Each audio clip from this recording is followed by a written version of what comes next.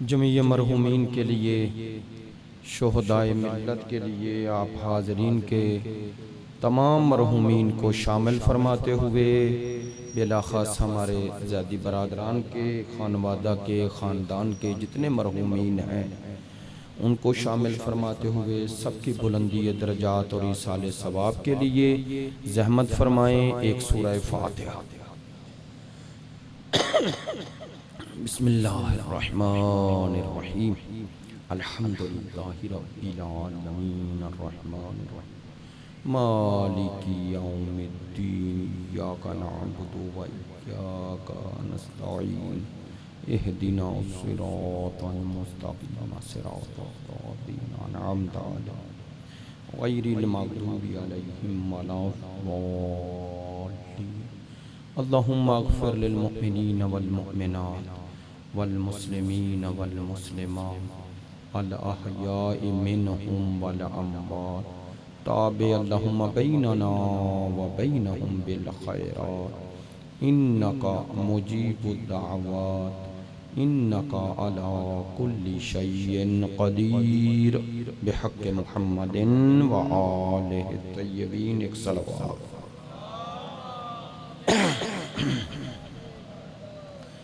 اعوذ باللہ من الشیطان اللعین الرجیم، بسم اللہ الرحمن الرحیم، الحمدللہ الذی جعلنا من المتمسکین بولایت امیر المؤمنین واولادہ المعصومین، صلوات اللہ علیہم اجمعین۔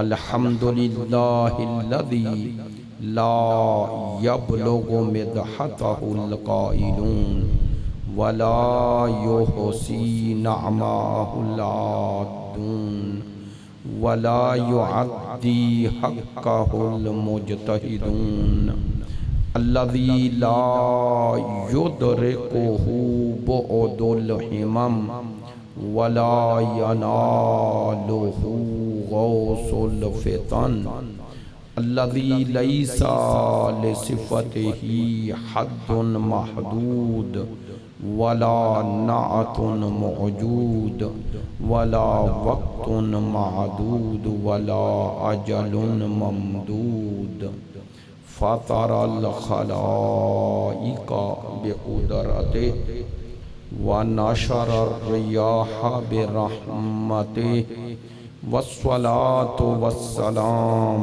والتحیۃ والاکرام علی سیدنا ومولانا حبیبنا وحبیب قلوبنا شفیعنا ابی القاسم محمد، صلی علی محمد وآلہ الاطیبین الاطہرین العجمدین الامجدین، الذین اذھب اللہ عنہم الرجس وطہرہم تطہیرا۔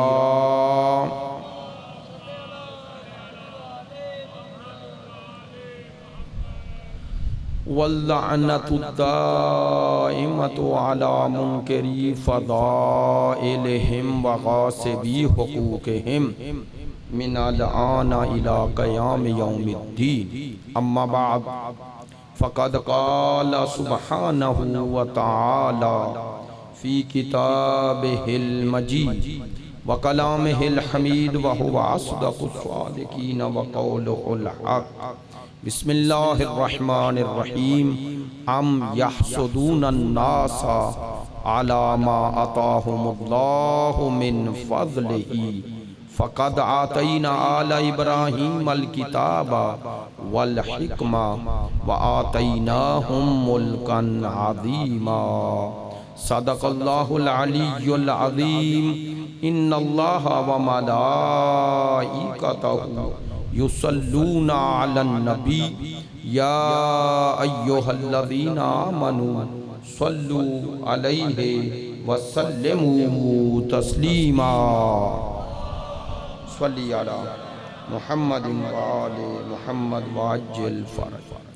آپ تمام حاضرین کی صحت و سلامتی کے لیے، مقامات مقدسہ کی حفاظت کے لیے، مجاہدین اسلام اور مدافعین حرم اہل بیت کی کامیابی و کامرانی کے لیے، دشمنان دین یزیدیت، ناصبیت، خارجیت کی نیستی و نابودی کے لیے، تعجیل ظہور امام زمان کے لیے، ہمارے ملک کے استحکام کے لیے، مریضوں کی شفا یابی کے لیے، ان مجالس میں ہمارے برادران کی وہ تمام زحمات جو پورے خلوص محبت کے ساتھ انہوں نے انجام دی ہیں، ان کی خداوند متعال کے ہاں بحق ائمہ اطہار شرف قبولیت کے لیے آپ حاضرین کی تمام دعاؤں کو شامل کرتے ہوئے علماء کرام، مراجع عظام، عزاداران سید الشہداء،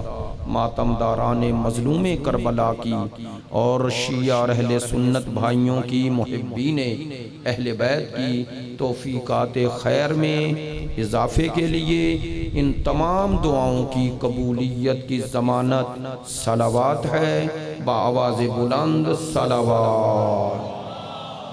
صلی علی محمد و آلہ۔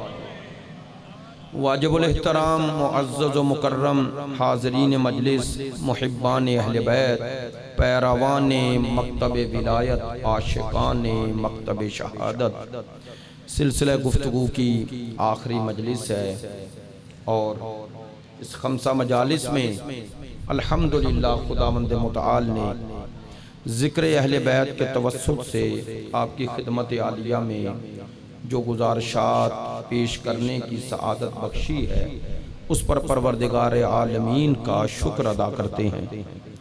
خداوند متعال سے بحق محمد و آل محمد، بحق کریم اہل بیت یہ التجا کرتے ہیں کہ آپ حاضرین کی تمام مشکلات پروردگار عالمین آسان فرمائے۔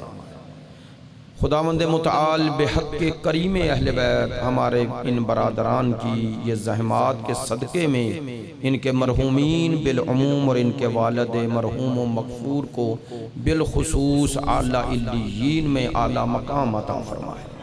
حضرت سیدہ ان کی جدہ کی شفاعت ان کے شامل حال فرمائے، ہم سب کا خاتمہ بالخیر فرمائے، اور ان مجالس کے صدقے میں انہیں ہمارے لیے ہماری قبر کا ذخیرہ اور نور بنائے۔ سب دعاؤں کی قبولیت کے لیے ایک دفعہ پھر صلوات، صلی علی محمد و آلہ۔ عزیزان محترم، سلسلہ گفتگو میں اگرچہ کچھ باتیں ظاہر خمسہ مجالس اور اس میں بعض چیزیں جو ضروری سمجھتا تھا اس خمسہ مجالس میں آپ کی خدمت عالیہ میں عرض کی، اور الحمدللہ آپ سب کا شکر گزار ہوں، مومنین کا، حاضرین کا، کہ آپ نے جس محبت سے بندہ حقیر کی تلخ و شیریں باتوں کو سماعت فرمایا، آپ سب کا شکر گزار ہوں۔ سلسلہ گفتگو کی آخری مجلس ہے، اگرچہ عنوان گفتگو کے بہت سے پہلو تشنا رہ گئے، لیکن میں نے بارہا تکرار کیا ہر روز اس آیا کے ضمن میں کہ پروردگار عالمین نے جن سے حسد ہوا ہے ان کا ذکر کیا ہے، اور وہ ہستی جس سے حسد ہوا تمام علماء اعلام اسلام کہتے ہیں کہ حسد کرنے والے یہودی ہیں، اور جن سے حسد ہوا وہ سرکار دو عالم کی ذات ہے۔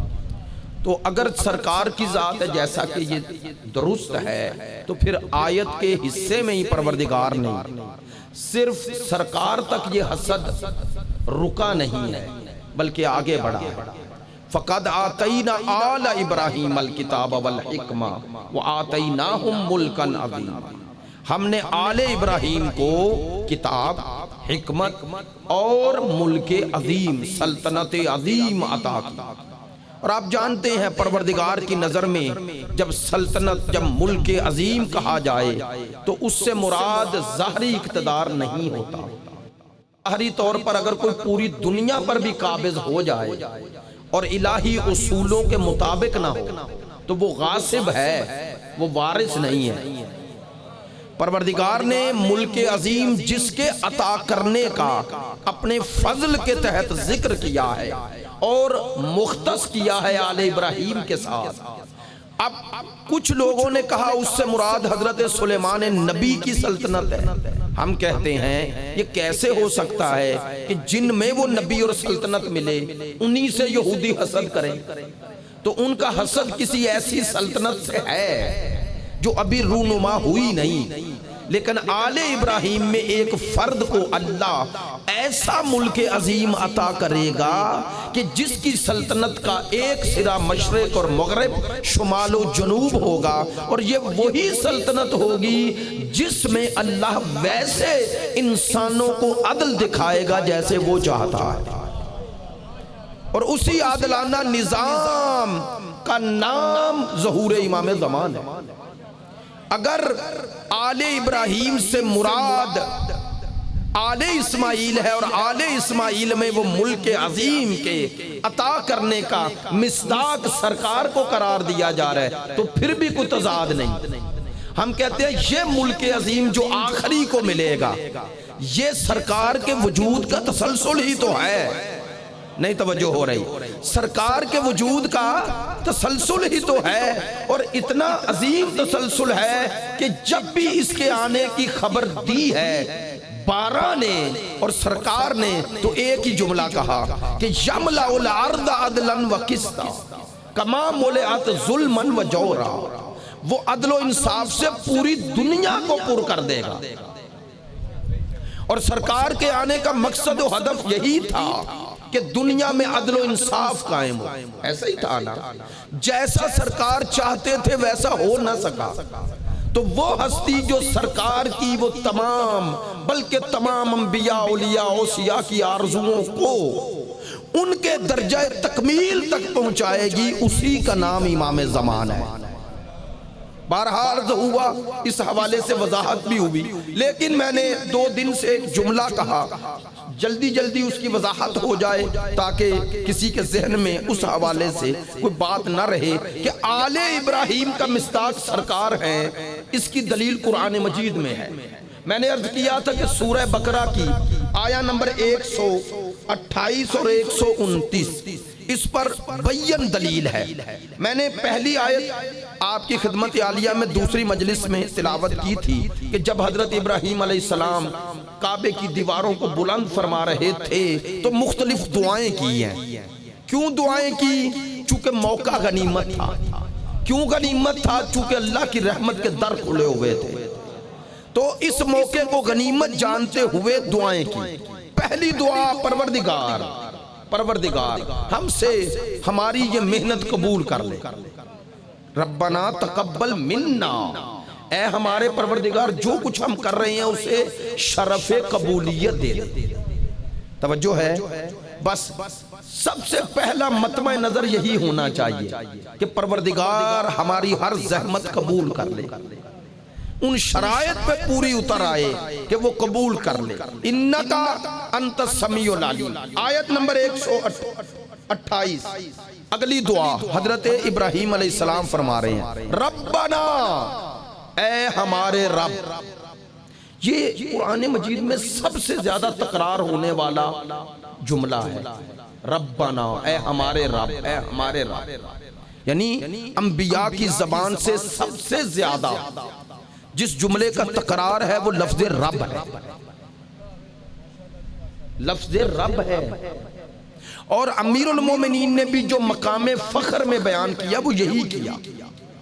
میں نے بارہا یہی وہ مناجات امیر المومنین کے جملے عرض کیے ہیں کہ الہی کفا بی فخرن ان تکون لی ربا، میرے فخر کے لیے اتنا ہی کافی ہے تو میرا رب ہے۔ پھر ہم سورہ الحمد میں ہر روز کم از کم 2 رکعت سے کم تو نماز ہے ہی نہیں، اس 2 رکعتی نماز میں جو واجبی ہیں ان میں 2 دفعہ پھر اللہ کی ربوبیت کا اقرار کرتے ہیں، الحمدللہ رب العالمین، ایسا ہی ہے نا، جو عالمین کا ہے۔ تو یہ صفت رب پروردگار کو پسند ہے، کیوں؟ چونکہ اس میں تربیت کا پہلو ہے، اور تربیت کہتے ہیں کہ ہر وجود کے اس کمال تک پہنچانا جو اس میں رکھا گیا ہے۔ اس لیے پروردگار ہم سب کو اس کو آنے کے لیے وہ تمام عوامل مہیا کرتا ہے جس کے ذریعے ہم کمال تک پہنچے۔ پروردگار رب کا معنی صرف پالنے والا نہیں، یہ جسم اور وجود کو پرورش دینے والے کو صرف رب نہیں کہتے، وہ ایک مصداق ہے۔ رب کا جامع کامل اکمل معنی یہ ہے رب سے ہی مربی نکلا ہے جو تربیت کرے اور تربیت کر کے وہاں پہنچائے جہاں کے وہ قابل اور لائق ہے۔ تو پروردگار ہمارا رب ہے، اس کی ربوبیت کا ہی یہ پہلو ہے کہ وہ اپنے نمائندے بھیجتا ہے۔ توجہ ہے، یہ نمائندے ہماری تربیت ہی کرتے ہیں نا، یزکیہم ویعلموہم الکتاب والحکمہ۔ چلیں بہت سارے پہلو ہیں، ان سے گزرنا پڑتا ہے۔ ربنا دعا، حضرت ابراہیم علیہ السلام کی دوسری دعا، ربنا اے ہمارے رب، وجعلنا مسلمین لک، اے ہمارے رب ہم دونوں باپ بیٹا کو، ابراہیم اور اسماعیل کو اپنی نسبت ہمیشہ مسلمان رکھنا۔ مسلمین لکا، ہمیں مسلمان رکھنا، مسلمان، وجعلنا مسلمین لکا، اپنی نسبت اپنے لیے ہمیں مسلمان رکھنا۔ کیا معنی؟ یعنی ہم اگر تسلیم ہوں، ہم اگر جھکیں تو صرف تجھے، کسی کے سامنے ہمارا سر تسلیم خم نہ ہو۔ ربنا بے توجہ رہے گی، ربنا وجعلنا مسلمین لکا، ہم دونوں باپ بیٹا کو اپنی نسبت مسلمان رکھ۔ یہ آیت، اسی آیت اور دعا کا اگلا جملہ، ربنا ومن ذریتنا امتا مسلمتا لکا، یہ واو اسی ربنا کی ہے۔ اے ہمارے رب، مجھ کو اور میرے اس بیٹے اسماعیل کو دونوں کو مسلمان رکھنا، ومن ذریتنا، اور ہم دونوں کی ذریت میں، امتن مسلمتن لکا، ایک ایسا گروہ مسلمانوں کا ہمیشہ باقی رکھنا۔ نہیں توجہ ہوئی، کاش اس جملے پہ توجہ ہوتی، تھوڑی وضاحت کر دیتا ہوں۔ حضرت ابراہیم علیہ السلام، آیت ہے سورہ بقرہ آیہ نمبر 128، حضرت ابراہیم علیہ السلام دعا کر رہے ہیں اور کعبے کے پاس کھڑے ہو کر اور کہہ رہے ہیں ہم دونوں باپ بیٹا کو بھی مسلمان رکھنا۔ اگلی دعا، ہم دونوں کی ذریت میں، اس وقت ابھی اسماعیل تو تھے ہی نہیں، ابھی تو صرف حضرت اسحاق تو تھے ہی نہیں، اسماعیل ہی تھے نا، تو کہہ رہے ہیں ہماری، میری، اب اپنی ذریت میں بھی کہتے تو پھر بھی اسماعیل مصداق ہے، اور پھر ذریت کا لفظ دونوں کے لیے کہہ کے ثابت کر رہے ہیں کہ مجھ سے جو نسل چاہے اسماعیل سے چلے، جملہ توجہ فرمانا ہے ذرا مشکل ہے، چاہے اسماعیل سے میری ذریت چلے، ذریت کہہ رہے ہیں، خاندان نہیں توجہ ہوئی، خاندان کا دائرہ وسیع ہوتا ہے، ذریت کا دائرہ محدود ہے۔ خاندان میں وہ کزن بھی آتے ہیں جو ماں کی طرف سے رشتہ دار ہیں، جو باپ کی طرف سے رشتہ دار ہیں وہ بھی آتے ہیں، ادھر والے ادھر والے، توجہ رہے، اسے خاندان کہتے ہیں، اسرہ۔ توجہ فرمائیں، یہ نہیں کہہ رہے میرے خاندان میں مسلمان گروہ باقی رکھنا، فرما رہے ہیں میری ذریت میں، ذریت کہتے ہیں جو بندے سے نسل چلے، بیٹا اس کا بیٹا اس کا، وہ نیچے تک جہاں تک جائے، اور جب نیچے سے اوپر آئے تو جد ایک ہو جائے۔ توجہ نہیں ہو رہی ہے، اسے کہتے ہیں ذریت۔ ہر انسان کی ذریت وہ ہے جس تک جا کے اس کا شجرہ اینڈ ہو جائے، وہ اس کی نسل ہے، ذریت ہے۔ توجہ فرما رہے ہیں وَمِن ذُرِّيَّتِنَا أُمَّةً مُسْلِمَةً لَكَ، اے میرے پروردگار ہم دونوں کی ذریت میں مسلمان گروہ باقی رکھنا۔ تو کم از کم حضرت ابراہیم کی اس دعا پر ہی ایمان لے آؤ کہ آل اسماعیل میں ہر دور میں ایک ایسا گروہ مسلمان رہے گا جو ابراہیم علیہ السلام کی دعا کا مصداق بنتا رہے. نہیں ابھی کچھ دوست پہنچ رہی، ان کے لیے بات واضح نہیں ہو رہی، اس لیے وہ پریشان ہے. سننا، میں کہہ رہا ہوں آل اسماعیل میں ابراہیم علیہ السلام دعا کر رہے ہیں ہمیں مسلمان بھی رکھنا، اور صرف ہمیں نہ رکھنا، ہماری ذریت میں بھی مسلمان ویسے ہی رکھنا جیسے ہم دونوں باپ بیٹا ہیں. تو کیسے تھے دونوں باپ بیٹا؟ سننا، بتا دیا. کہتے ہیں وَآرِنَا مَنَاسِكَنَا وَتُبْ عَلَيْنَا إِنَّكَ أَنْتَ، اور ہمیں یہ مناسک حج دکھا کہ کیسے انجام دینے ہیں. دو جملے جو اوپر والے ہیں آیت کے، توجہ رہے. ایک، ہم دونوں باپ بیٹا کو مسلمان رکھنا، یعنی ہم کسی بت کے سامنے نہ جھکیں. اور یہی امتیاز میری ذریت میں ایک ایسے گروہ پر باقی رکھنا، ایک فرد پر نہیں کہہ رہے، شاید بات پہنچ جائے. کہہ رہے ہیں میری ذریت میں کم از کم ہر دور میں کچھ ایسے افراد رہے جو ویسے مسلمان رہیں جیسا میں ہوں. کیوں؟ تاکہ اس بیت اللہ میں صرف بت پرست نہ رہ جائیں. نہیں یار توجہ نہیں ہو رہی. فرماتے ہیں اس بیت اللہ کے قریب صرف بت پرست نہ رہ جائیں، کوئی تو خدا پرست بھی رہے. توجہ رہے گی ماشاءاللہ. آپ متوجہ ہو رہے ہیں؟ مجھے خوشی ہے. توجہ فرمائیں.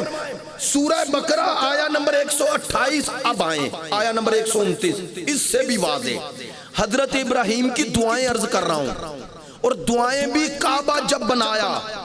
حضرت اسماعیل بھی ابھی شادی نہیں ہوئی ان کی، ساتھ ہیں، اور حضرت ابراہیم ہیں، دونوں باپ بیٹا، اور دعائیں کر رہے ہیں. دعا کرتے کرتے پھر دہرا رہا ہوں معذرت. پہلی دعا کہ ہماری یہ محنت قبول کر لے. دوسری دعا ہم دونوں باپ بیٹا کو مسلمان رکھنا. تیسری دعا ہماری ذریت میں ایک مسلمان گروہ ہمیشہ باقی رکھنا. چوتھی دعا ہمیں مناسک حج دکھا کیسے ہیں. اب آؤ پانچویں دعا، ربنا وابعث فیہم رسولا منہم، یا اللہ وہ جو مسلمان رکھنا نا گروہ، انہی میں وہ آخری رسول بھیجنا. آپ متوجہ ہو گئے؟ ایسے ہی ہے یا نہیں ہے؟ برادر محترم قرآن مجید سے بہت محبت رکھتے ہیں. مجھے انہوں نے واٹس ایپ کیا، جتنا میں نے 5 مجلسوں میں پڑھا تمام آیات کو اسی ترتیب سے. مجھے خوشی ہوئی، اللہ کی قسم محبت ہے ان کی، اور واقعاً خوشی ہوئی کہ مجلس سننے والوں میں ایسے لوگ بھی ہیں، اور اس سے خوشی ہوتی ہے. میں اس لیے ان کی طرف اشارہ کر رہا ہوں. یہ قرآن کی عزت ہے. ہاں یہ قرآن کی عزت ہے جو اسنا قرآن مجید پہ واقعاً تمسک بالقرآن اور تمسک بے اہل بیت دونوں سے ضروری ہے. اور جس نے قرآن کی طرف رجوع کر لیا اسے ہی اہل بیت درست سمجھ میں آئیں گے. چونکہ قرآن اگر کچھ سمجھاتا ہے تو صرف کلام خدا سمجھاتا ہے، اس کے بغیر سمجھ میں ہی نہیں آتے. اور اسی طرح کلام خدا بھی بغیر اہل بیت کے سمجھ میں نہیں آتا. چلے ایک جملہ درمیان میں کہوں، آپ اس کی لذت بھی لے لیں گے. میں نے حدیث ثقلین کے ضمن میں یہ عرض کیا تھا، ایبٹ روڈ بھی اس سال عرض کیا کہ قرآن اور اہل بیت ایک دوسرے سے جدا نہیں ہیں اور نہ ہی جدا ہو سکتے ہیں. اس عدم جدائی یعنی جدا نہ ہونے کا معنی کیا ہے؟ معنی کیا ہے؟ آسان لفظوں میں بتاؤں، قرآن اہل بیت سے جدا نہیں ہوگا، یعنی یہ نہیں ہو سکتا کہ قرآن میں کوئی آیت ہو اور اس کا علم آل محمد کے پاس نہ ہو. بات پہنچ گئی. چونکہ جہاں اہل بیت ہمیں اس آیت کا معنی نہیں آتا، جدائی ہو گئی. نہیں ہوگی، توجہ نہیں ہوئی بھئی، جدائی ہو گئی نا. چونکہ اہل بیت اس کا معنی اگر نہیں جانتے تو جدا ہو گئے. اور سرکار نے فرمایا تھا جدا نہیں ہوں گے. اس کا معنی جو قرآن میں ہے وہ آل محمد کے سینوں میں ہے. اب قرآن میں کیا ہے؟ وَلَا رَطْبٍ وَلَا يَابِسٍ إِلَّا فِي كِتَابٍ مُبِينٍ. خدا نے کہا کوئی خشک و تر ایسا نہیں، حقائق عالم میں کوئی حقیقت نہیں جو قرآن میں نہ ہو، اور یہی قرآن آل محمد کے سینوں میں ہے۔ ایسے ہی تھوڑا ہر امام نے کہا سلونی قبل ان تفقدونی، جو جی میں آئے پوچھو۔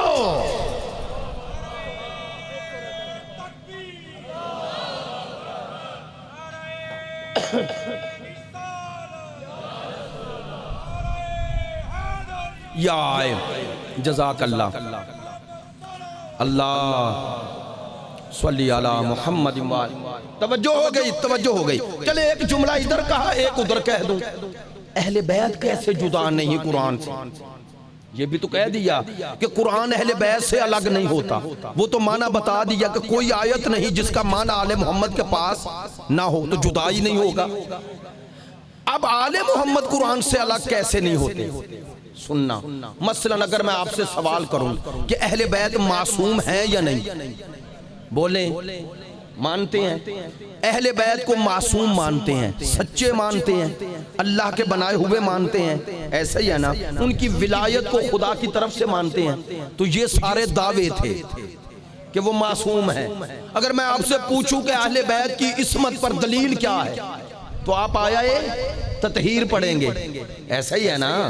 اگر میں پوچھوں کہ آل محمد اللہ کے بنائے سچے ہیں، دلیل کیا ہے، آپ آیا مباہلہ پڑھیں گے؟ نہیں توجہ ہو رہی۔ اگر میں پوچھوں آل محمد کی محبت واجب ہے، دلیل کیا ہے، آپ آیا مودت پڑھیں گے؟ اگر میں پوچھوں کہ آل محمد کی ولایت کا اعلان کہاں ہوا، تو آپ یا آیہ ولایت پڑھیں گے یا آیہ تطہیر یا آیہ غدیر پڑھیں گے، ایسا ہی ہے نا؟ نہیں توجہ نہیں ہوئی۔ دعوے ادھر تھے، دلیل ادھر تھی۔ آئے ہائے، سارے دعوے آل محمد کرتے رہے اور دلیل قرآن دیتا رہا۔ یہ دلیل ہے کہ یہ ایک دوسرے سے جدا، اور نہ انہیں جدا کرنا، نہ جدا کیا مانا؟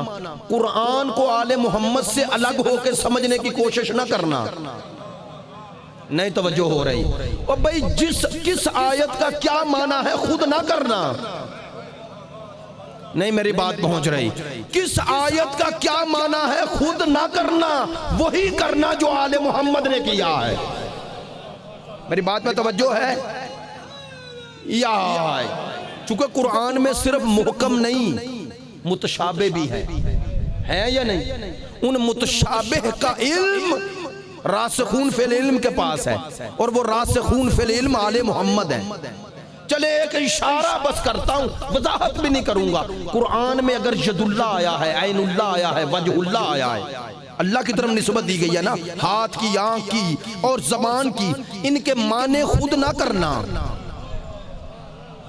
میری بات نہیں پہنچ رہی۔ یہ ید اللہ، عین اللہ، وجہ اللہ، لسان اللہ کے معنی خود نہ کرنا، ان سے پوچھنا کہ ید اللہ، عین اللہ، وجہ اللہ کا معنی کیا ہے، تاکہ دونوں چیزیں محفوظ رہیں۔ عین اللہ، وجہ اللہ، لسان اللہ کا معنی ایسا نہ کرنا کہ اللہ مجسم ہو جائے، چونکہ جن کا اللہ مجسم ہو جائے وہ آل محمد کا بتایا ہوا خدا نہیں ہے۔ توجہ ہے؟ بات پہنچنی چاہیے، بات پہنچنی چاہیے۔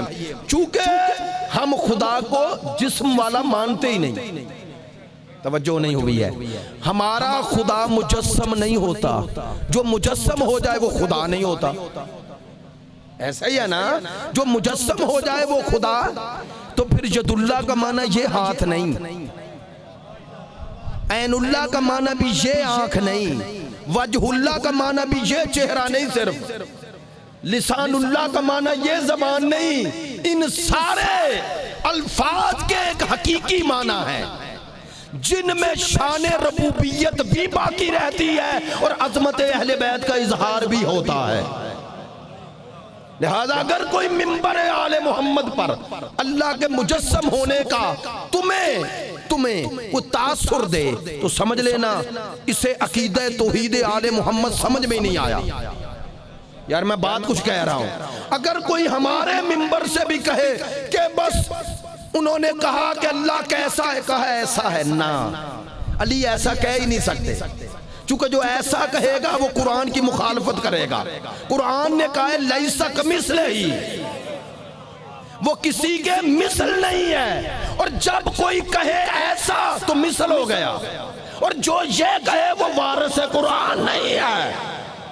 توجہ ہو، بس ید اللہ، وجہ اللہ، عین اللہ، لسان اللہ کے عوام بات نہیں نہ کرو۔ یہ قرآن کے الفاظ صرف تمہیں سمجھانے کے لیے ہیں، ان کے معنی عوامی نہیں ہوتے۔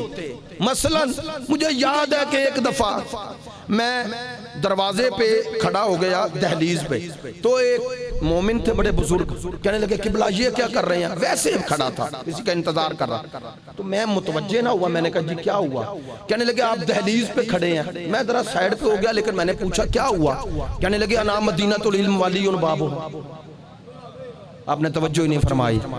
اب ان کی نظر میں باب سے مراد یہ باب ہے، وہ ہر دروازے کو سمجھ رہے ہیں۔ نہیں یار توجہ، وہ ہر دروازے یہ دروازہ ہے، اور دروازے کی دہلیز پہ قدم نہیں رکھنا۔ اب یہ ان کی عقیدت تو ہو سکتی ہے، معرفت نہیں۔ یار باتیں نہیں پہنچ رہی، کچھ دوست بالکل خاموش ہو جاتے ہیں، ناراض ہو جاتے ہیں۔ یہ ان کی عقیدت تو ہے، معرفت اس کا نام نہیں۔ یہ جو تمثیلات ہے نا آل محمد کے یا سرکار کی حدیث میں، ان تمثیلات کا حقیقی معنی ہر جگہ نہیں لیتے، وہ مثال صرف سمجھانے کے لیے۔ مثال کے طور پر کیوں کہا میں شہر ہوں علی در ہے؟ چونکہ گھر میں در سے آتے ہو اور دروازے سے آتے ہو، اور پرانے زمانے میں ہر شہر کا دروازہ ہوتا تھا، جو دروازے سے نہ آئے اسے دربان پکڑ لیتے تھے کہ یہ چور ہے۔ نہیں توجہ ہو رہے، یہ چور ہے۔ سرکار نے فرمایا میرے بعد اگر دین چاہیے، اگر علم چاہیے تو در علی ہے، یعنی میرا علم اگر کسی سے تمام معنی میں ملے گا تو وہ مرتضی ہے۔ یہ معنی ہے۔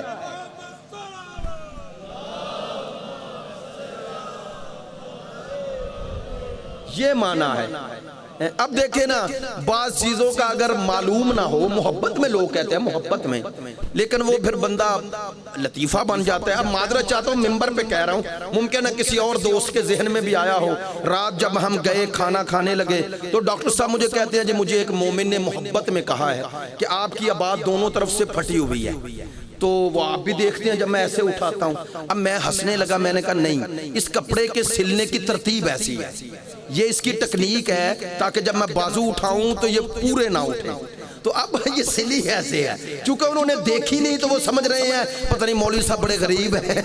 اب آواز بھی پھٹ گئی اور انہیں پتہ بھی نہیں۔ ایک صلوات پڑھ لے بلند آواز ہے۔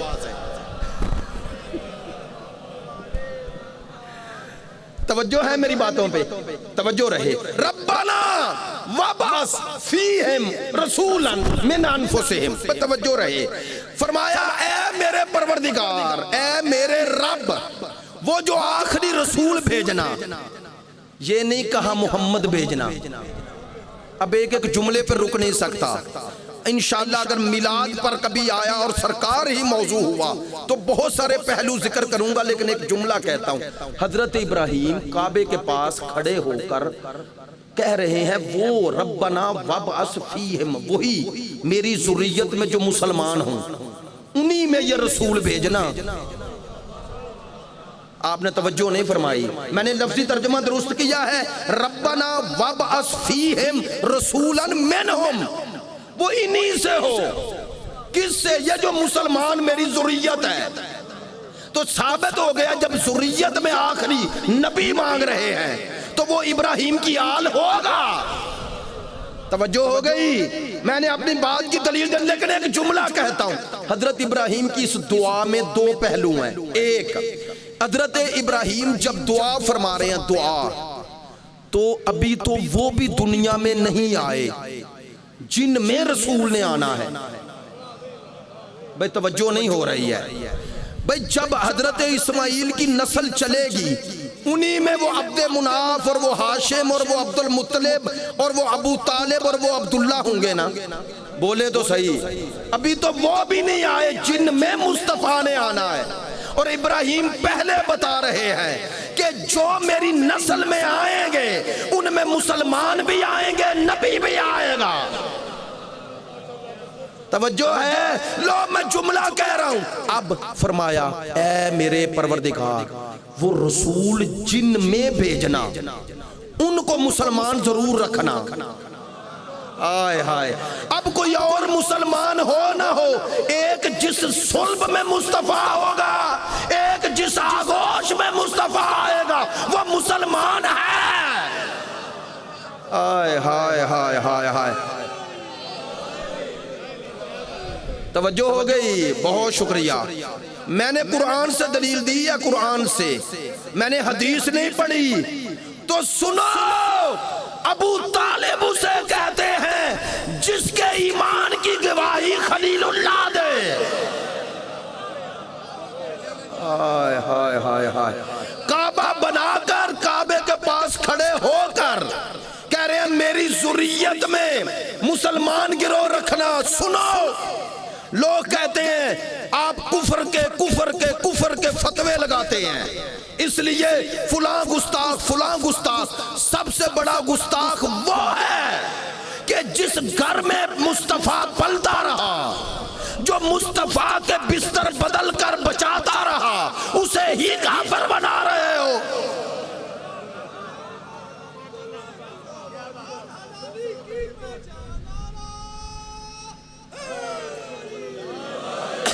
میری بات پہ توجہ ہے؟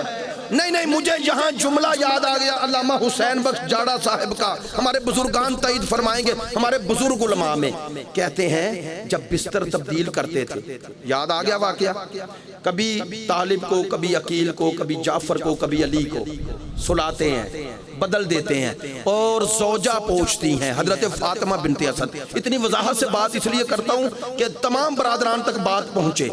اب حضرت فاطمہ بنت اسد پوچھتی ہیں اے میرے سرتاج یہ کیوں کر رہے ہیں؟ تو کہتے ہیں اگر حملہ ہو تو یہ بیٹے کام آ جائیں اور یہ بچ جائے. نہیں، یہ ہے دونوں کے ایمان کی بلندی. فاطمہ بنت اسد اور ابو طالب کی، وہ باپ ہے یہ ماں ہے، دونوں نہیں کہتے یہ کیا کر رہے ہو.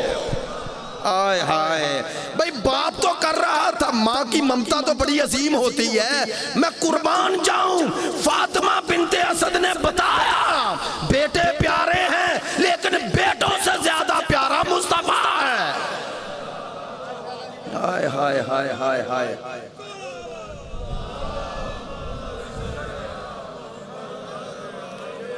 ایسے محسنوں کو کافر کہنے والے کیا اسلام کے خیر خواہ ہیں؟ نہیں. اب جملہ اگلا کہتا ہوں. علامہ حسین بخش جاڑا رحمت اللہ علیہ کا وہ فرماتے ہیں کہ اگر ہم قانون فطرت میں دیکھیں تو ہر رشتے سے زیادہ پیارا رشتہ، عزیز رشتہ بیٹا ہے. اگرچہ رشتہ داروں کے درجے ہوتے ہیں، مثلا اگر انسان برادری اور غیر برادری میں آ جائے مسئلہ تو برادری کو ترجیح دیتا ہے، ایسا ہی ہے نا. اور برادری میں پھر اپنے رشتہ دار کزنز، خونی رشتہ دار آ جائیں انہیں ترجیح دیتا ہے. ان کزن میں اگر ایک طرف مثلا اوپر سے 2 دادا کی اولاد تھے، ایک طرف سگے دادا کی کا بیٹا اور دوسری طرف دوسرے ہوں تو کسے اہمیت دے گا؟ چچا کے بیٹے کو. ایسا ہی ہے نا. لیکن ایک جگہ ہے جہاں چچا کے بیٹے کو اہمیت نہیں دیتا، اپنے بیٹے کو دیتا ہے. صحیح ہے نا. لا یار بولنا. حضرت ابو طالب تو بستر بدل رہے ہیں، جس کے لیے بدل رہے ہیں وہ بھتیجا ہے، اور جنہیں قربان کر رہے ہیں وہ بیٹے ہیں. نہیں، اگر بھائی توجہ، یہ جملہ ہے جو سمجھنے والا ہے. اگر ان کو بھتیجا سمجھتے تو ان بیٹوں کو ان پر قربان نہ کرتے. ہاں، ایک جگہ ہے جہاں بیٹے قربان کیے جاتے ہیں، وہ ہے دین. میں نے کچھ کہہ دیا ہے اور آپ متوجہ نہیں ہوئے، معذرت چاہتا ہوں. وہ ہے دین جس پر اولاد بھی قربان کی جا سکتی ہے. تو حضرت ابو طالب کا بستر بدلنا دلیل ہے کہ اسے بھتیجا نہیں سمجھ رہے، دین سمجھ رہے ہیں. یار توجہ نہیں ہو رہی، معذرت چاہتا ہوں. یہ بستر بدل کے بتا رہے تھے بھتیجا نہیں بچا رہا، دین بچا رہا ہوں. اچھا، حضرت ابو طالب نے یہ تربیت روکی تھوڑی، بڑھائی نہ. کہا اے علی اسے اپنا بھائی نہ سمجھنا، یہ دین ہے. اسی لیے تو ہجرت کی رات علی سو گئے اور علی کو یہ بستر بیگانہ نہیں لگا. علامہ اظہر حسن زیدی کا کیا خوبصورت جملہ، کہتے ہیں شب ہجرت اصل میں علی نہیں سو رہے تھے، یہ تربیت ابو طالب بول رہی تھی. تربیت ابو طالب بول رہی تھی. سننا جملہ اگلا بڑھاتا ہوں. حضرت ابو طالب نے تربیت کی. اے علی اسے بھائی نہ سمجھنا، اسے دین سمجھنا. اچھا مولا کائنات امیر المومنین نے یہ تربیت روک لی؟ نہیں روکی نا، آگے دی نا. کہا حسن اسے نانا نہ سمجھنا، دین سمجھنا. حسین اسے نانا نہ سمجھنا، کیا سمجھنا؟ دین. لو اگر آپ متوجہ ہیں تو اب حسین کربلا میں دین بچا رہا تھا، نانا نہیں. سننا، نانا نہیں بچا رہے، دین بچا رہے ہیں. کہہ دوں جملہ، جو کچھ کربلا میں حسین نے کیا حسین نے اپنے دادا سے لیا، اور جو کچھ یزید نے کیا اس نے اپنے دادا سے لیا.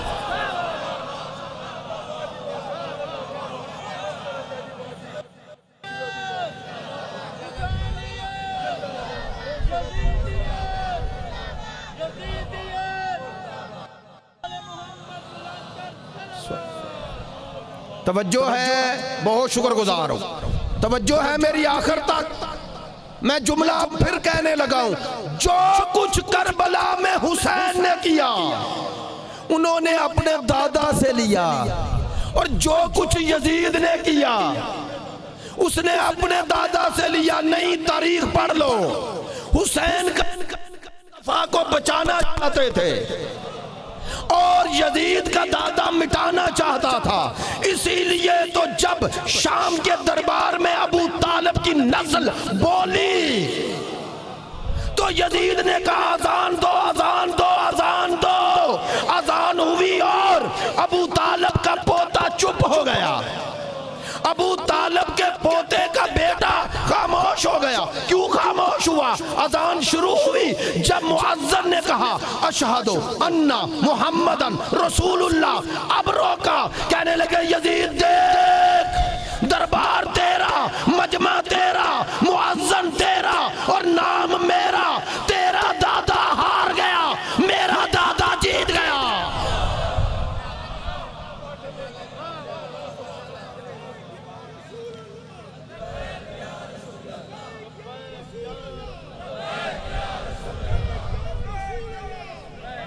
توجہ ہے نہیں؟ آخر تک مل کے نعرہ حیدری. توجہ ہے؟ ہاں نہیں؟ توجہ فرمانا. اب جملہ ذہن میں آ گیا. یہ مجلسیں حقیقت میں ابو طالب کی فتح کا اعلان ہے. آئے ہائے، یہ مجلس حقیقت میں حضرت ابو طالب کی فتح کا اعلان ہے. اسی لیے تو جنہیں ابو طالب سے دشمنی ہے. آئے ہائے ہائے ہائے ہائے. توجہ ہے بھئی؟ اب بنی امیہ کے دسترخوان پہ پلنے والے ابو طالب کا نام برداشت کیسے کرے؟ میری بات پہ توجہ ہے؟ توجہ ہے. ربنا وابعث فیہم رسولا منہم، اے میرے پروردگار وہی جو ذریت مسلمان رکھنا، انہی میں آخری رسول بھیجنا. توجہ ہے آپ کی؟ حضرت ابراہیم علیہ السلام سرکار کے آنے سے ہزاروں سال پہلے، سینکڑوں نہیں، ہزاروں، 4000 سے زیادہ، 4000 سال سے زیادہ کا وقفہ. اور فرما رہے ہیں اے میرے رب وہ رسول.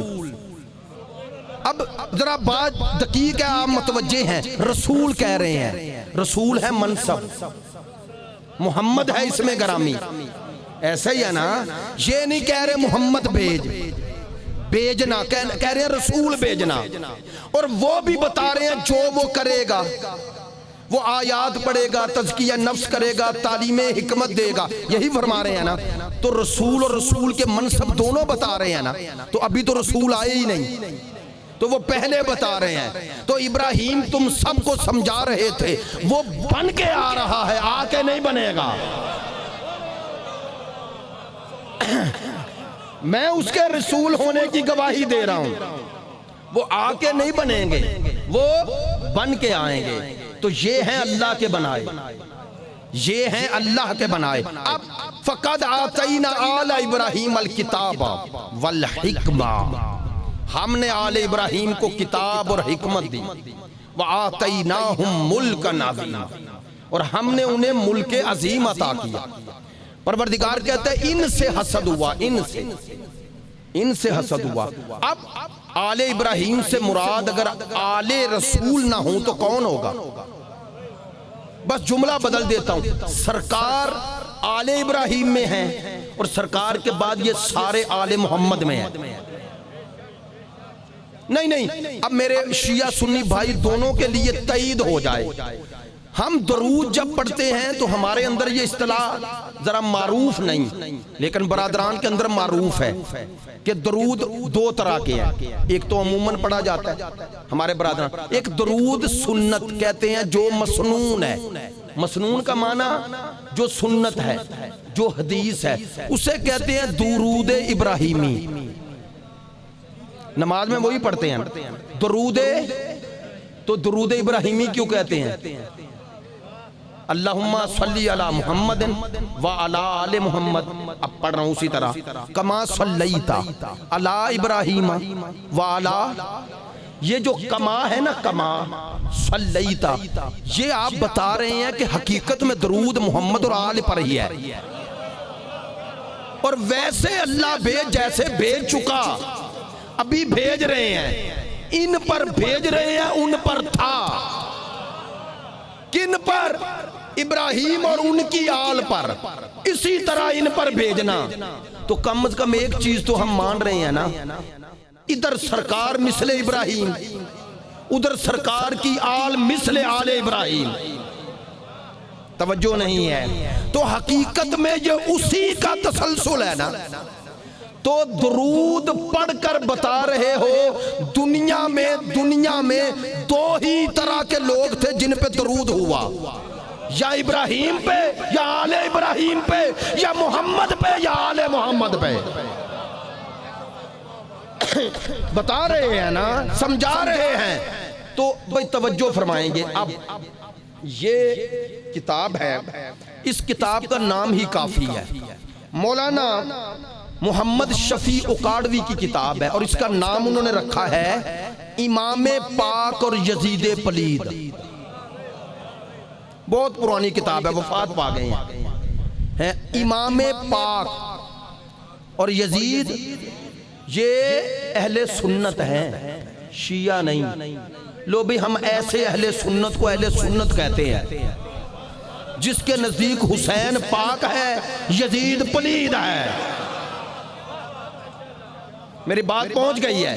ہم تو ایسے اہل سنت کو اہل سنت مانیں گے جنہیں یزید پلید نظر نہ آئے۔ سمجھ لینا وہ سنی نہیں، سنی کے روپ میں یزیدی ہے۔ توجہ نہیں ہو رہی ہے؟ نہیں، میں ایک جملہ اب کہنا چاہتا ہوں، اور جلدی میں کہوں گا، جلدی میں اس لیے کہوں گا رکنے کا وقت نہیں ہے اور نامناسب ہے۔ اچھا، جو بات آپ نے پڑھی ہوئی ہے، سنی ہوئی ہے، اسی کو بیان کروں گا اور اسی میں سے دلیل دے دوں گا۔ جب یزید کے لیے بیعت لینے اس کا باپ آیا، اپنی زندگی میں لی نا بیعت، بولے نا، یزید کی خلافت کی بیعت اس کے باپ نے لی نا، لی۔ اسی وقت امام حسین نے اس کی بیعت سے انکار کیا تھا یا قبول کر لیا؟ انکار کیا تھا۔ ابھی یزید حکمران بنا نہیں، اور حسین پہلے انکار کر رہے ہیں۔ آپ نے توجہ نہیں فرمائی، ابھی یزید کا کردار لوگوں کے سامنے تو آیا ہی نہیں، اور حسین پہلے انکار کر رہے ہیں۔ تو حقیقت میں حسین یزید کا انکار تھوڑا ہی کر رہے تھے، بننے والے سے پہلے بنانے والے کا انکار کیا۔ سوچتے رہیے گا بات میں نے جو کہہ دی ہے. ابھی یزید خلافت پہ آیا نہیں، اس نے اپنے بیٹے کے لیے مدینے آ کر جب خلافت کا اعلان کیا تو اہل سنت نے لکھا امام حسین نے مخالفت کی. تو اس وقت مخالفت حسین کس کی کر رہے تھے؟ نہیں توجہ ہو رہی، نہیں توجہ ہو رہی. یہ ہے وہ سرا جسے بعد لوگ بچانا چاہتے ہیں. میری بات نہیں پہنچ رہی ہے. او بھائی وہ ویڈیو کلپ بھی آ گیا، وہ صحیح کہہ رہا ہے. کہتا ہے میں فلاں کا وکیل ہوں یزید کے باپ کا. تو کہتا ہے باپ تب بچے گا جب بیٹا بچے. ان لوگوں نے یہ باتیں کر کر کے کہ بیٹا بچے تو باپ بچے گا ہمارا مسئلہ آسان کر دیا. ہم کہتے ہیں بیٹے کو ہی سب کچھ کہہ لیں گے، چونکہ اگر یہ بچے گا تو باپ بچے گا نا. آپ نے توجہ ہی نہیں فرمائی میری بات پر. بھائی کہتے ہیں ہمارے چوتھے امام کی روایت ہے، سننا اور اس روایت کو ذہن میں رکھنا دعا ہے. صحیفہ سجادیہ میں امام نے فرمایا الحمدللہ الذی جعلنا اعداءنا من الحمقاء. میرے چوتھے امام کی دعا ہے، فرماتے ہیں میں حمد کرتا ہوں اس خدا کی جس نے ہمارے دشمن احمق بنائے ہیں، بیوقوف بنائے ہیں، جو خود اپنے ہاتھوں سے وہ کر جاتے ہیں، جو ان کی حمایت نہیں کرتا. توجہ ہے نہیں. یزید کی مخالفت کے لیے یزید کیا تھا اس کی گواہی یزید کے گھر کے باہر نہ لو، ہم یزید کے گھر کے اندر سے گواہی دے دیتے ہیں. اور غیر نہیں بیٹے کی گواہی. جاؤ السوائق المحرقہ میں یزید کا بیٹا جس کا نام تھا معاویہ ابن یزید، توجہ فرمانا، اس کو جب یزید کے فنار ہونے کے بعد خلافت دی گئی تو وہ آیا اور خطبہ پڑھا. کہنے لگا اس تخت پر، اس تخت خلافت پر کیسے بیٹھوں جو حسین جیسوں کے خون سے رنگین ہے. اور اس نے کہا میرا باپ، میرا دادا، میرا خاندان اسی جرم کی سزا میں جہنم میں جل رہا ہے. میں ایک ایک لفظ دکھا سکتا ہوں، ایک ایک لفظ. یزید کے بیٹے کا یہ خطبہ، وہ اہل سنت عالم ہے، گوگل پہ لکھیے گا کہ یزید کے بیٹے کا خطبہ، آخری خطبہ. اس میں محمد مولانا فاروق علوی اس وقت انگلینڈ میں ہے، انہوں نے اس خطبے کی تشریح کی ہے، ترجمہ کیا ہے، اور نیچے لکھا ہے کہ حسین تیری عظمتوں کو سلام، تو نے اپنے حق کی گواہی یزید کے خون سے بھی لے لی. میری بات پہ تم سب مل کر آخر تک لبیک یا حسین، حسین یا حسین کا یا حسین، لبیک یا حسین، لبیک یا حسین. سب حاضرین کی صحت و سلامتی کے لیے، شیعہ سنی حسینیوں کی صحت و سلامتی کے لیے بلند تر صلوات. توجہ ہے. تو آپ باہر سے گواہیاں کیوں لیتے ہیں؟ اندر سے مل رہی ہے. تو اگر آپ کو یزید سے اتنی ہی محبت ہے تو بیٹے پہ پہلے فتویٰ لگاؤ. اور جس کے کردار کی ضمانت بیٹا نہ دے تو مجھے کہنے دو وہ یزید کا خون ہو کے یزید کا نہ بنا. تم اتنے بدتر ہو کہ غیروں سے ہو کے یزید کے بیٹے بن رہے ہو. توجہ ہے. تمہیں یزید سے اس کے بیٹے سے بھی زیادہ محبت ہو گئی. تمہاری یزید سے یہ محبت حسین سے نفرت ہے. میں نہیں کہتا ممبر پہ کہہ رہا ہوں. پرسوں 4 دن پہلے کنونشن سینٹر اسلام آباد میں اہل سنت علماء نے عظمت مخدومہ کائنات کانفرنس رکھی. پاکستان کی بڑی تمام سجادہ نشین گدیاں جسے آپ کہتے ہیں وہ آئیں. پیر جماعت علی شاہ وغیرہ سب ان کی اولاد سب گئے وہاں پر مفتی حنیف قریشی صاحب نے بھی اچھی تقریر کی اس کے بعد حامد رضا سلطانی صاحب نے اہل سنت کا موقف پیش کیا کہ جو کہتے ہیں فلاں کی سیاست زندہ آباد انہوں نے نام لیا ہم لیں گے تو گستاخی ہوگی توہین ہو جائے گی اس لیے نہیں لیتے انہوں نے کہا جو کہتے ہیں سیاست فلاں زندہ آباد وہ بتائیں پھر سیاست علی کیا ہے یہ جملے ہیں ان کے 6 منٹ کا ان کا کلپ ہے بڑا خوبصورت لیکن مولانا حنیف قریشی نے تو عجیب جملے کہے کہنے لگے کہ پاکستان اور انڈیا دشمن ہے نا تو کہتے ہیں اگر کوئی یہاں آج نعرہ لگائے کہ انڈیا زندہ آباد ہندوستان زندہ آباد کہتے ہیں وہ پاکستان مرد آباد نہ بھی کہے تو حقیقت میں پاکستان کو ہی مرد آباد کہہ رہا ہے چونکہ یہ دونوں دشمن ہیں کہتے ہیں جو یزید زندہ آباد کہہ رہے ہیں حقیقت میں حسین کو مرد آباد کہہ رہے ہیں کہتے ہیں یہ جو حسین کو مرد آباد کہے وہ حقیقت میں رسول کو مرد آباد کہہ رہا ہے توجہ ہے یہ باتیں کیوں کر رہا ہوں منبر سے جانی چاہیے ہمارا موقف نہیں یہ اسلام کا موقف ہے دین کا موقف ہے اگر قبر میں روشنی کرنی ہے تو محبت حسین لے کے جاؤ اور خدا کی قسم قبر میں جانے سے پہلے ہر دشمن اہل بیت سے برات کر کے جانا میری بات پہ توجہ ہے ہاں یہ دیکھیں اب میں بہت ساری باتیں نہیں کر رہا ہوں چونکہ وقت نہیں رہا 1 گھنٹہ گفتگو ہو گئی اس سے زیادہ اب پھر گنجائش بھی نہیں ہوتی اور طبیعت بھی تھوڑی میری خراب ہے لیکن انشاءاللہ آئے تو پھر ضرور کچھ نہ کچھ اور بھی عرض کریں گے موضوع میں بہت گنجائش ہے لیکن عزیزان محترم میں پس منظر ایک بیان کروں دیکھیں سرکار دو عالم کی یہ حدیث شیعہ سنی دونوں نے نقل کی ہے نا یہ صحیح مسلم شریف کی حدیث ہے باب حب الانصار من علامت الایمان صحیح مسلم شریف اور اس میں باب حب الانصار من علامت الایمان اس میں حدیث کیا ہے حدیث کے راوی ہیں مولا علی ہے صحیح مسلم شریف اس میں روایت کیا ہے سنیے گا امیر المومنین فرماتے ہیں والذی فلق الحب و برا النسمہ مجھے قسم ہے اس خدا کی جس نے دانے کو خلق کیا اور اسے پھلنے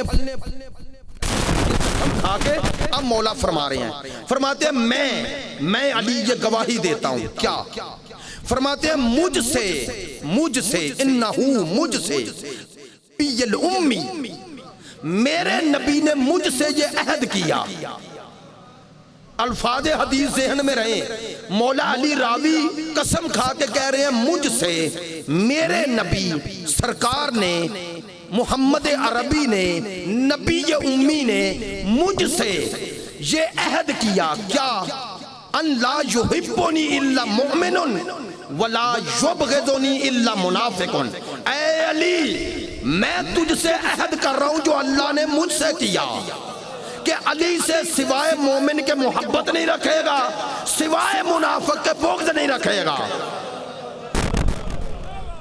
توجہ ہے لو یہ حدیث ہے حدیث اور ہے بھی صحیح مسلم شریف میں جب سرکار امیر المومنین خود روایت کریں اور روایت میں قسم کھائیں اور کہیں سرکار نے مجھ سے عہد کیا عہد کہ یہ ٹوٹے گا ہی نہیں قیامت تک کے لیے کہا مومن کے علاوہ تجھ سے محبت کوئی نہیں کرے گا اور منافق کے علاوہ تجھ سے بغض نہیں رکھے گا جب سرکار دو عالم نے فرما دیا تو اب مومن اور منافق کو پہچاننے کا معیار تو آ گیا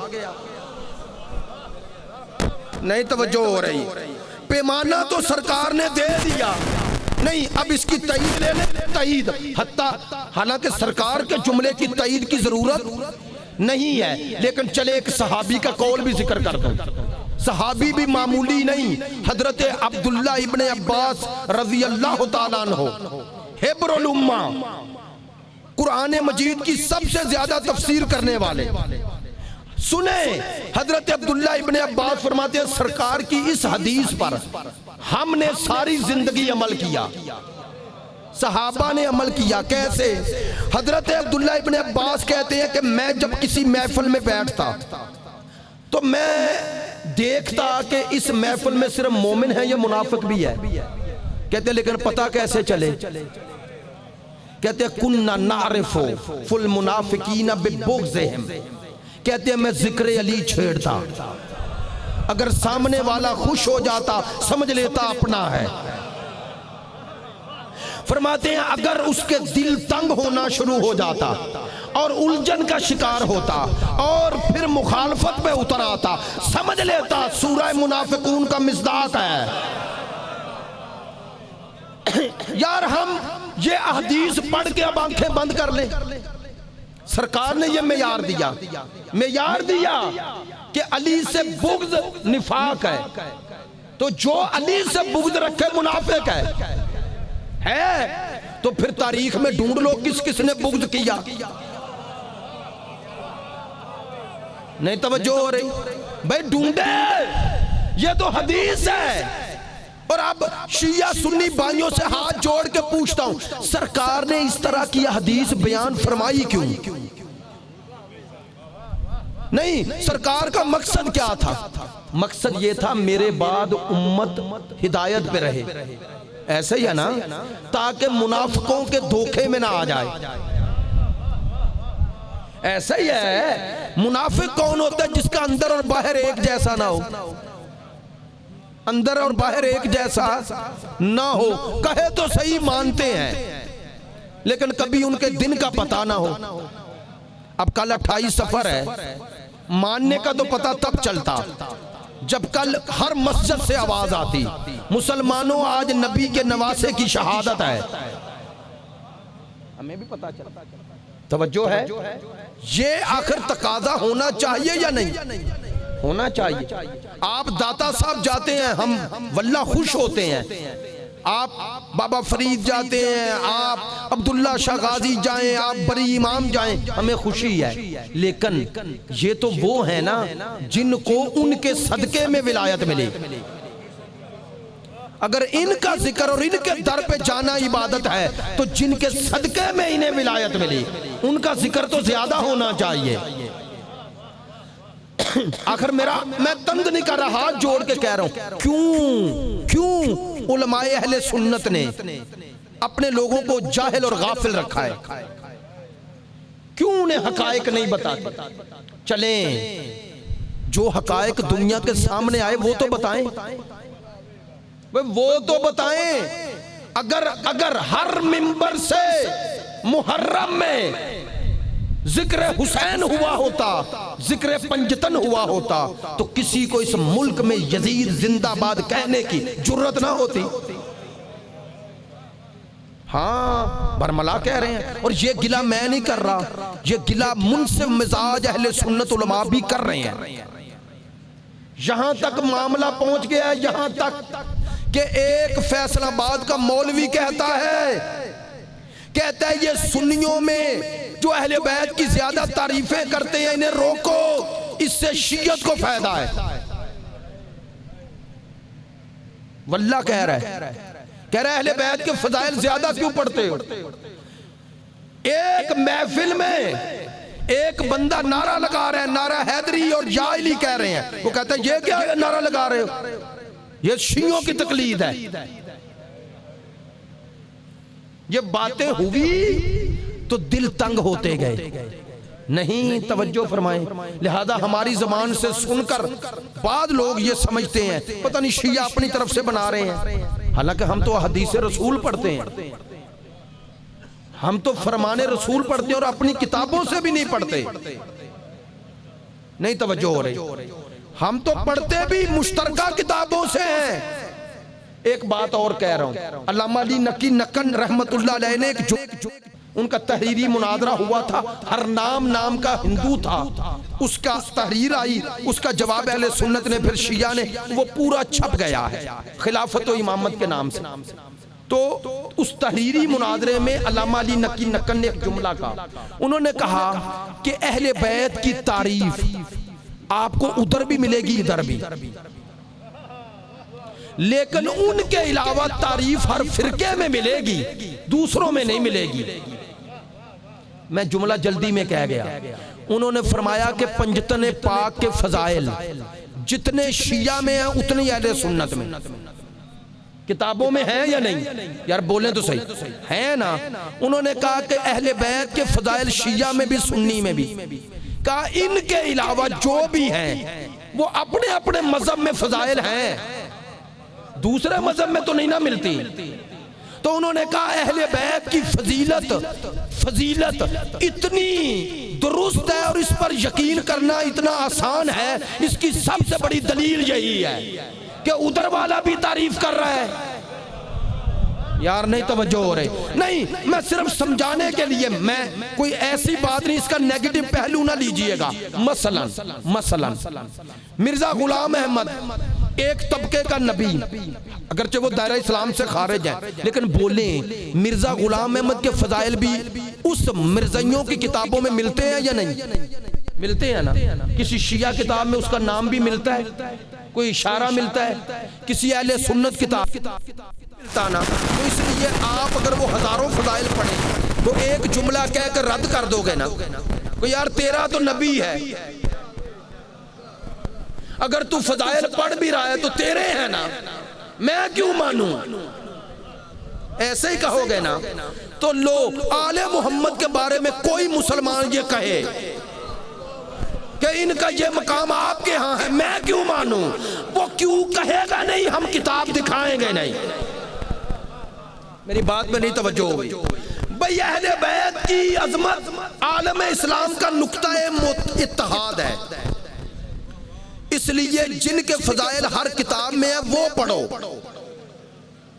آئیں ہم متحد ہونا چاہتے ہیں، دشمن کے مقابلے پہ آئیں، اس اتحاد کی بنیاد محمد اور ان کی آل بنائیں، باقی سب بعد میں ہے، بعد میں ان کے برابر کسی کو نہ لائیں اور برابر کوئی آ بھی نہیں سکتا۔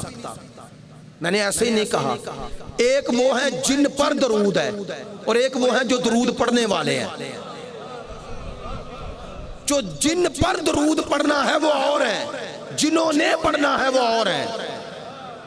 نہیں، جن پر درود ہے ان کا مقام کیا ہے میں اپنی زبان سے نہیں کہتا، میری زبان سے آپ نے بارہا یہ شعر سنے ہیں نا امام شافعی کے، یا اہل بیت رسول اللہ حبکم فرض من اللہ فی القرآن انزلا، اہل بیت رسول اللہ نے تمہاری محبت کو فرض کر کے نازل کر دیا ہے، کفاکم من عظیم الفخر انکم، تمہاری عظمت کے لیے اتنا ہی کہہ دینا کافی ہے۔ امام شافعی فرما رہے ہیں من لم یصلی علیکم لا صلاۃ لہ، جو نماز میں تم پہ درود نہ بھیجے اس کی پڑھی نہ پڑھی برابر ہے۔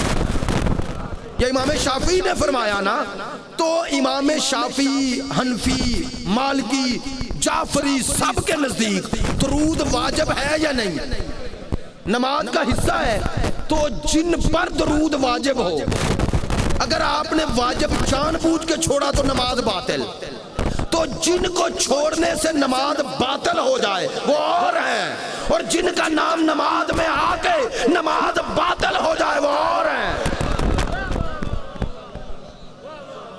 توجہ ہے؟ فرق اتنا ہے، اتنا فرق ہے، یہ فرق ذہن میں رکھنا، یہ فرق ذہن میں رکھنا۔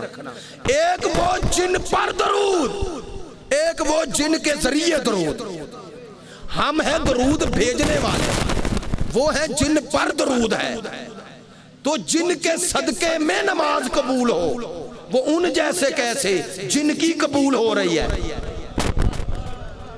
بھئی توجہ ہے؟ نہیں، ہم کہتے ہیں مسئلہ پیدا ہوتے ہی تب جب تقابل کرتے ہیں، تقابل ہی صرف نہیں کرتے، بڑھانا شروع کر دیتے۔ اور کیا وجہ ہے؟ آتا محرم ہے، ذکر اہل بیت کا ہونا چاہیے، دوسروں کا کیوں؟ کیا اہل بیت کے ذکر سے کسی کی نفی ہو رہی ہے؟ اگر نفی ہو رہی ہے تو سوچو، میں نے جملہ پھر جلدی میں کہہ دیا، اگر آل محمد کے ذکر سے کسی کی نفی ہو تو سمجھ لینا وہ نفی شدہ ہے۔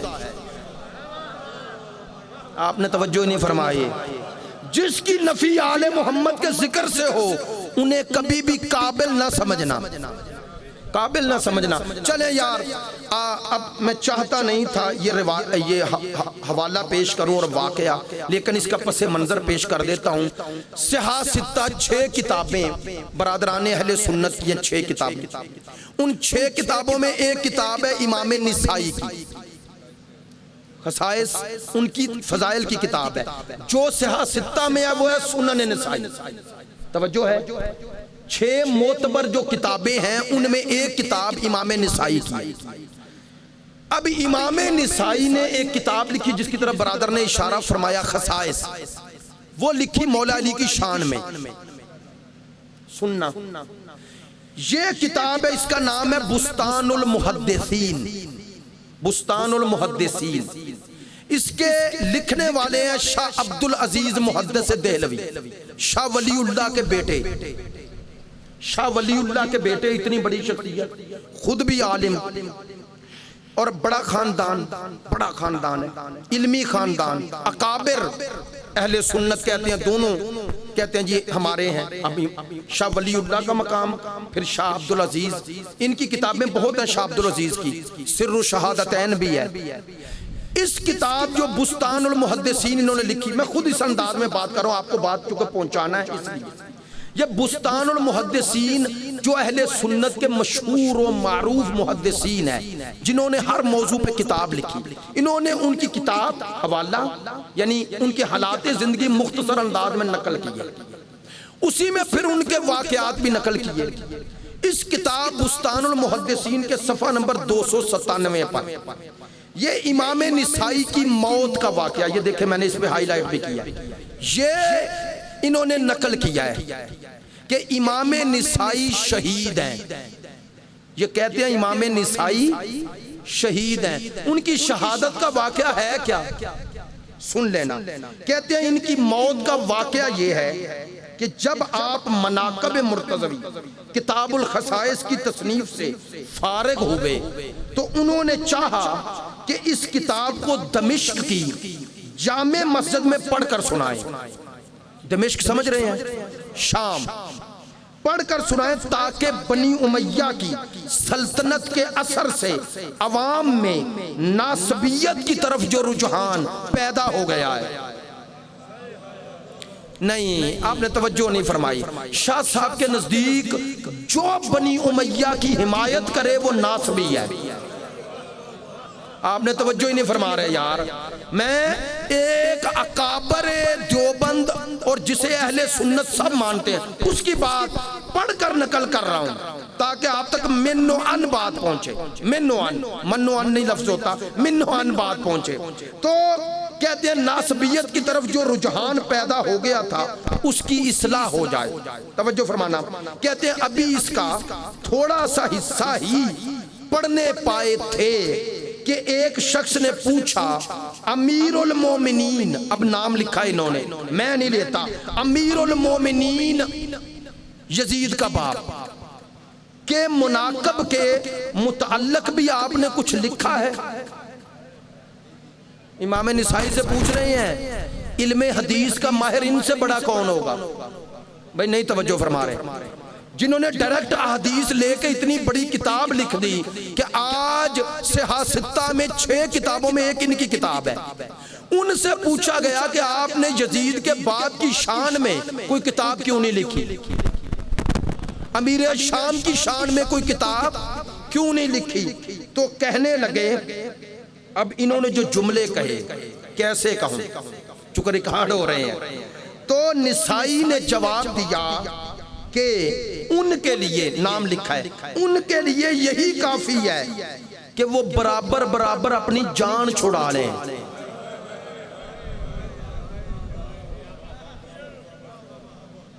ہم توجہ ہے، میں اپنی بات نہیں کر رہا، وفیات العیان، تذکرۃ الحفاظ، ابن خلقان، عربی کتابوں کو تو ڈھیر ہیں اس واقعے پہ، اور سب کہتے ہیں امام نسائی نے جامع مسجد دمشق میں یہ جملے کہے۔ انہوں نے کہا اس کی شان میں تو ایک حدیث صحیح نہیں ملی۔ میں ممبر پہ بنی بنائی باتیں نہیں کرتا، اور واللہ خود کتابیں پڑھتا ہوں. بارہا یہ زندگی کا معمول ہے، معمول کہ اکثر نمازیں صبح پڑھ کے ہی سوتا ہوں، اور جاگنے کا سبب یہی ہے کہ ایک شوق ہے، عشق ہے. اس وقت تک تو اپنی دن ہی نہیں گزرتا جب تک کسی نہ کسی کتاب کا کم از کم 50 سے 60 صفحے نہ پڑھو ایک دن میں. تو نہیں ہے، آج بھی مطالعے میں رہتے ہیں. جو میں پڑھ رہا ہوں کتاب، یہ کتاب میں نے پنڈی میں ڈھونڈی نہ ملی، پھر لاہور میں جب آیا ایک دوست کی ڈیوٹی لگائی نہ ملی، ملتان گیا وہاں پر مجلسوں کے دوران ایک دوست کی ڈیوٹی لگائی، انہوں نے کہا مل گئی ہے. تو 2 گھنٹے اس کے لیے کھڑا رہا کہ میں نے آنا تھا اسلام آباد، لیکن رات کو نکلا تب جب یہ کتاب ہاتھ میں آ گئی. گاڑی میں یہ ساری کتاب کے یہ صفحے پر یہ ساری نشان لگائے. یہ باتیں میں آپ کے لیے نہیں کر رہا، یہ اپنے نوجوانوں کے لیے کر رہا ہوں. یار تعلیم سے، علم سے ذوق پیدا کرو تاکہ ہر ممبر پہ آنے والا تمہیں دھوکہ نہ دے. کتابوں سے شوق پیدا کرو، کتاب پڑھو، نہج البلاغہ پڑھو، صحیفہ سجادیہ پڑھو، تاریخ اسلام پڑھو، تاریخ کربلا پڑھو، خود پڑھو تاکہ سامنے والے کو جواب دے سکو.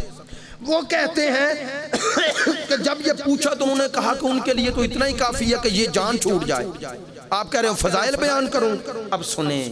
کہتے ہیں یہ کہنا تھا کہ ان پر لوگوں نے حملہ کر دیا، یہ لفظ لکھ رہے ہیں. کہتے ہیں بس پھر کیا تھا، لوگ ان پر ٹوٹ پڑے اور شیعہ شیعہ کہہ کر مارنا پیٹنا شروع کر دیا. شیعہ شیعہ کہہ کے مارنا پیٹنا شروع کیا، اور کہتے ہیں ان کو اتنی شدید ضربیں جسم کے بعض حصوں پہ لگی اور وہ نیم جان ہو گئے. نیم جان یعنی مرنے کے قریب. کہتے ہیں خادم انہیں اٹھا کر گھر لے آئے. پھر انہوں نے فرمایا، حضرت امام نسائی رحمت اللہ علیہ انہوں نے فرمایا کہ مجھے ابھی مکہ معظمہ پہنچاؤ تاکہ میرا انتقال مکے یا اس کے راستے میں ہو. کہتے ہیں کہ آپ کی وفات مکہ معظمہ پہنچنے پر ہوئی اور وہاں صفا مرمر کے درمیان کی. کہتے ہیں کہ بعض علماء نے لکھا ہے، یہ کہہ رہے ہیں کہ امام نسائی کو اللہ نے جامعہ مسجد دمشق میں محبت علی میں آزمایا اور وہ پورے اترے.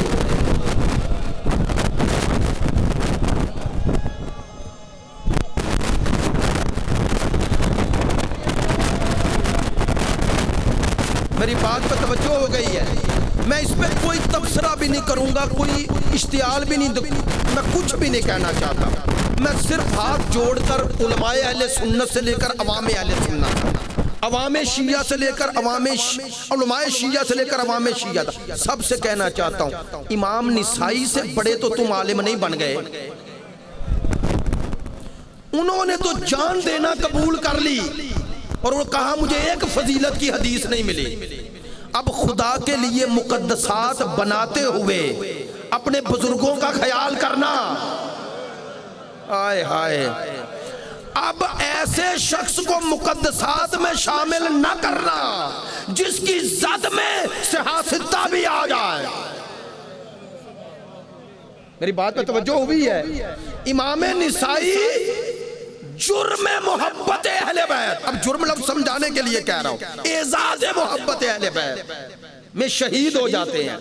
انہیں جامع مسجد دمشق میں شہید کیا جاتا ہے. انہوں نے شیعت قبول نہیں کی، سنی ہی گئے، دنیا سے سنی گئے. لیکن میں شیعہ ممبر سے کہہ رہا ہوں ایسے سنی بنو، ایسا سنی ہمارے سر کا تاج ہے جو شام میں جا کر بھی شامیوں کی تعریف نہ کرے، نجف کے والی کے فضائل پڑھے. میری بات پہ توجہ ہو گئی؟ ہاں، اللہ کی قسم امام نسائی نے بڑی شجاعت دکھائی. ہم ایسے سنی کو سلام کرتے ہیں، سلام کرتے ہیں. میں دعا کرتا ہوں ان کا عقیدہ ان کے ساتھ، لیکن اس محبت علی میں ان کا مارا جانا ان کو انشاءاللہ بخشش کا سبب بنے. ایسے اہل سنت، ایسے اہل سنت. اب اسی لیے ہمارے علماء ٹی وی پر بھی کہہ رہے ہیں کہ بنی امیہ کو مقدسات میں شامل نہ کرو. اگر یہ مقدسات میں شامل ہو گئے تو پھر پنڈورا باکس کھلے گا. پھر کیا کرو گے؟ مولا علی پر اگر سب و شتم کر کے بھی بندہ مقدس رہتا ہے تو دوسروں کے حوالے سے پھر مقدس کیوں نہیں توجہ ہوگی بھائی ہم ایسا لاہ عمل بنائیں کہ جہاں پر ہمیں ایک جیسا معیار نظر آئے. اگر آپ خلفائے راشدین کو ایک جیسا سمجھتے ہیں تو معیار ایک جیسا ہو. اگر اہل بیت کو اصحاب سے افضل مانتے ہیں تو پہلے اہل بیت کی عظمت معیار بنائیں. میری گزارش ہے بغض آل محمد بغض اہل بیت انسان کی آخرت خراب کر دیتا ہے. خدا کے لیے شیعہ سنی بن کر فضائل اور مصائب آل محمد نہ سنو. آؤ سنو خدا کی قسم فضائل میں دل خوش ہونا تو ماں کا شکر ادا کرو خدا کا شکر ادا کرو. اور اگر مصائب میں دل غمگین ہو جائے غمناک ہو جائے پھر بھی شکر کرو. یا اللہ تو نے انہی کی محبت اور انہی کا غم دیا ہے. شیعہ کی مجلس میں ذکر اہل بیت ہو سنو سنی کی مجلس میں ہو سنو.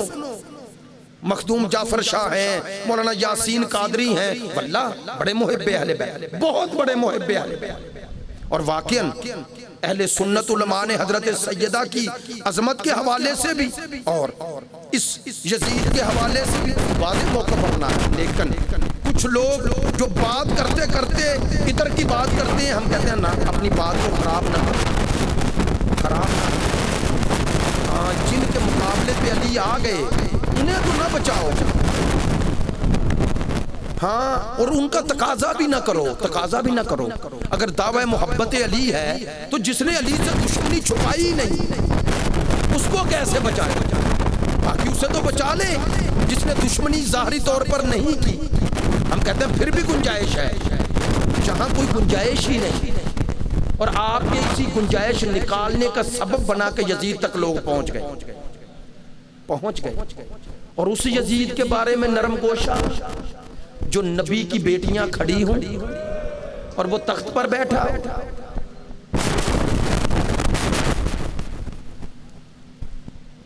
عزیزان محترم شب شہادت آ گئی ہے.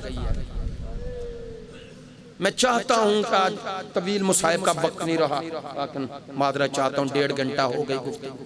ایک جملہ بس مصیبت کا زیادہ اگرچہ آپ مصائب سننے والے لوگ ہیں لیکن معذرت چاہتا ہوں. اب نہیں وقت بھی نہیں رہا ہمت بھی نہیں رہی.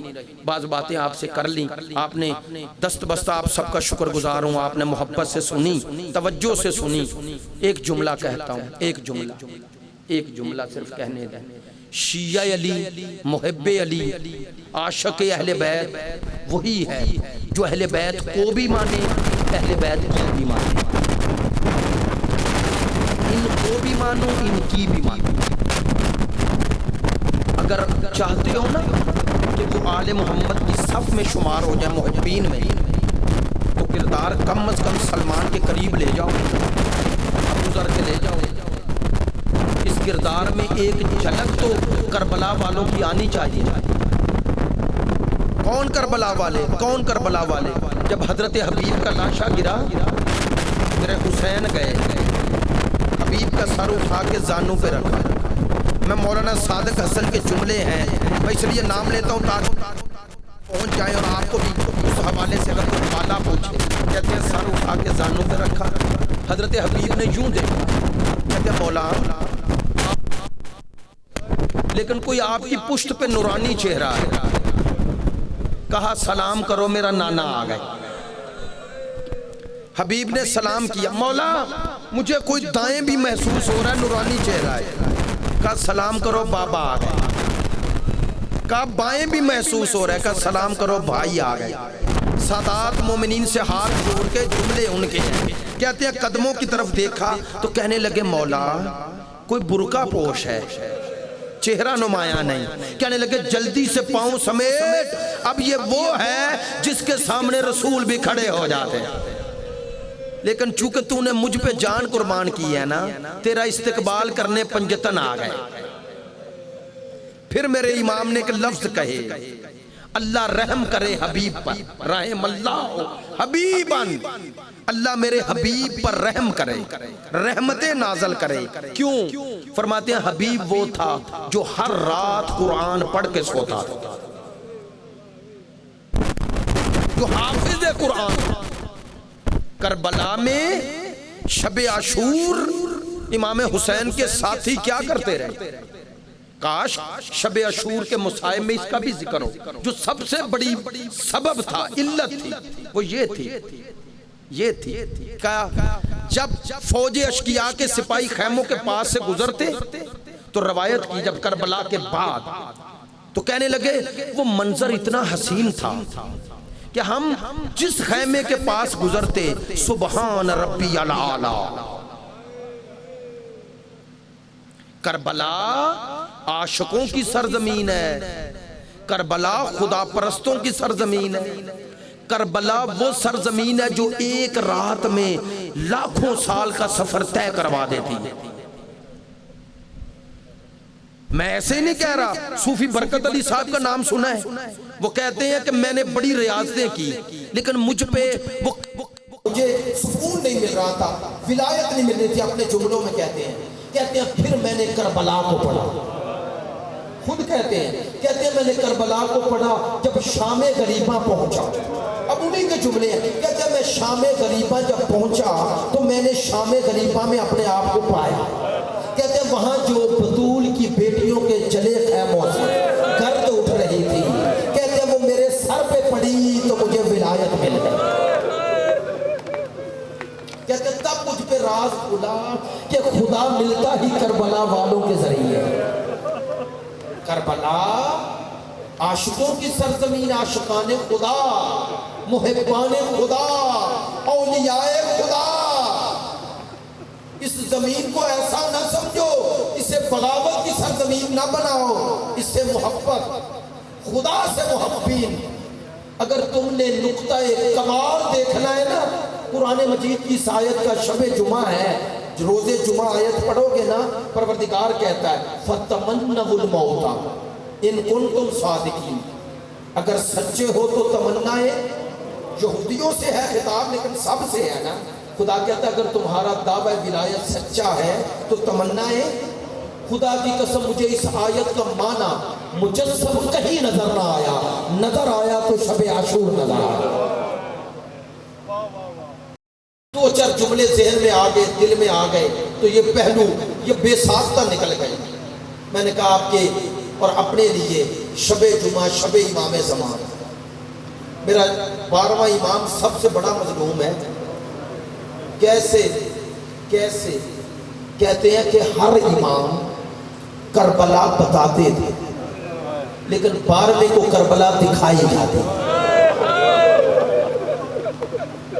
میں نے ایت اللہ جوادی عاملی کی زبان سے سنا، کہتے ہیں امام کا علم ایسے نہیں ماضی کے بارے میں کہ امام کے پاس واقعات ہیں، نہ، امام قصد کرتے ہیں اللہ اس واقعے کو دوبارہ اسی طرح مجسم کر دیتا ہے۔ نہیں، بعض دوست پہنچ گئے، میں سب کا شکر گزار ہوں، جو پہنچ گئے وہ میرے ساتھ ہیں، جو نہ پہنچ سکے وضاحت کرتا ہوں۔ میں نے یہ جملہ کہا اور آپ رونے لگے کہ 12ویں کے سامنے کربلا مجسم ہوتی ہے، ایسا ہی ہے نا؟ نہیں، میں اگر صرف پڑھتا ہوں نا اکبر زین سے زمین پر آیا تو آپ رو لیتے ہیں، لیکن بتاؤ جب 12واں آنکھوں سے دیکھتا ہے، میں پڑھتا ہوں کہ قاسم کی لاش پہ گھوڑے دوڑ گئے، لیکن 12واں اپنی آنکھوں سے دیکھتے ہیں۔ یار میرے جملوں کو سمجھنا، آج میں نے طویل مصائب نہیں پڑھنا، 2 جملے سن لو۔ میں پڑھتا ہوں، صرف پڑھتا ہوں کہ عباس بن بازوؤں گئے، زین سے زمین پر آئے، لیکن میرا 12واں خود دیکھتے ہیں۔ میں یہ سارے جملے کیوں کہتا آ رہا ہوں؟ تاکہ آپ کو سخت جملہ ڈائریکٹ نہ سناؤں۔ اب مجھے کہنے تو، میں تو صرف پڑھتا ہوں کہ 70 قدموں پر بہن کھڑی تھی اور بھائی کا قاتل اپنا نجس قدم اللہ جانے کہاں رکھ رہا تھا۔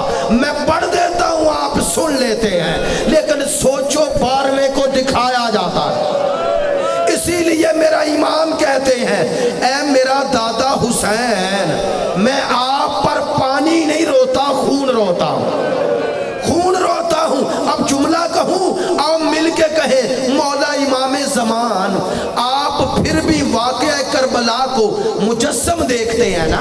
ماضی کا واقعہ اللہ مجسم کر دیتا ہے تمثیلی شکل میں۔ مولا آپ دیکھ کر خون روتے ہیں، آج 1400 سال بعد آپ دیکھ نہیں پاتے، اللہ جانے سچا، اللہ جانے سجاد نے نہ دیکھا۔ جب پھپھی دوڑ کے آئی کہا بیٹا کربلا میں ایک کوہرام بپا ہے، ہاں صدائیں آ رہی ہیں الا قد قتل الحسین بکربلا، الا قد ذبح الحسین بکربلا۔ میرے امام نے کہا پھپھی اماں زحمت نہ ہو تو ذرا خیمے کا پردہ ہٹاؤ، بس پردے کا ہٹنا تھا۔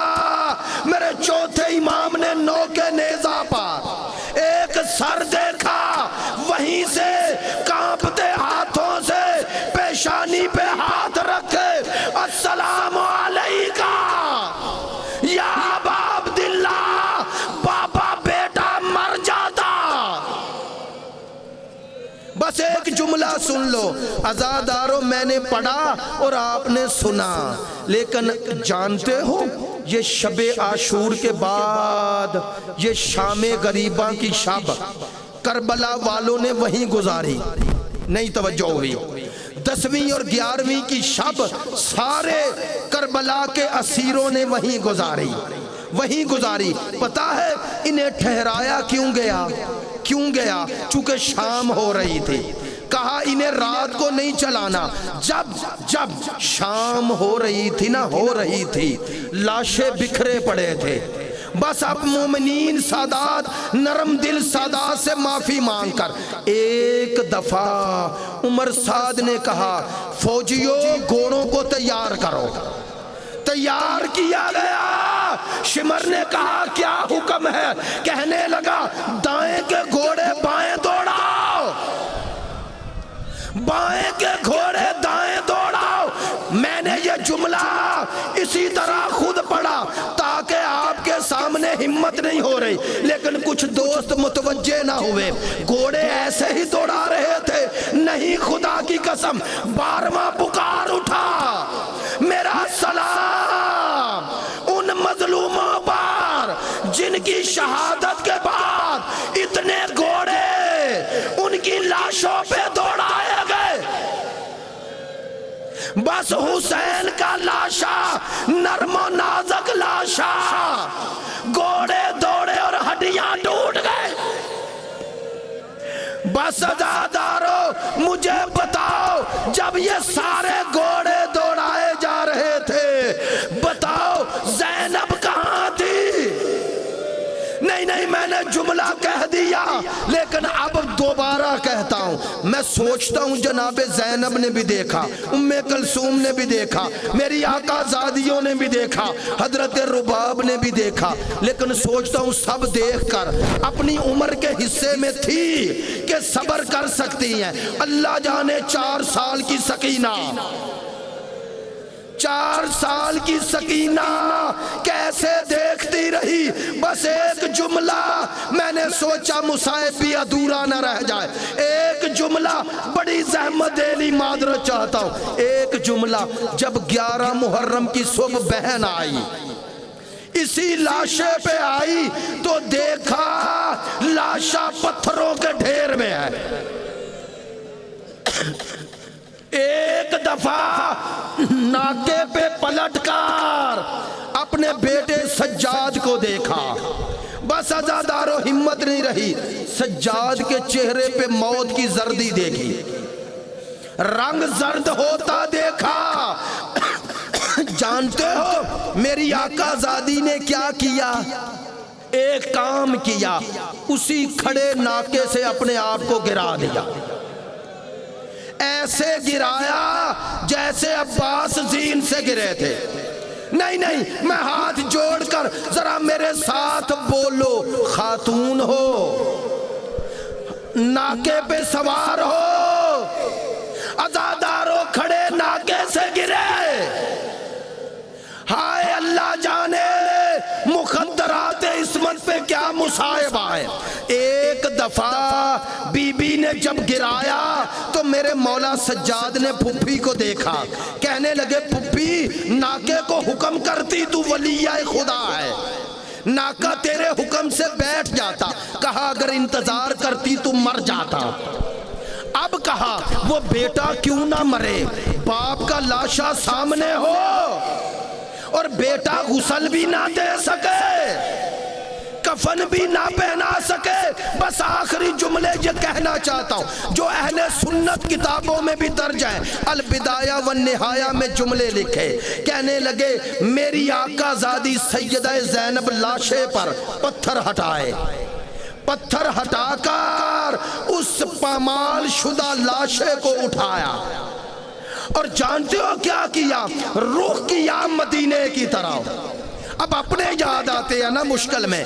جانتے ہو میری آقا زادی نے کیا کہا, بطول زادی نے کیا کہا, کہتی ہے نانا میں زینب ہوں. اس کے بعد ایک جملہ کہا نانا صلی علیکہ ملیک السماء, نانا وہ آپ ہیں جس پر فرشتے درود پڑھ رہے ہیں.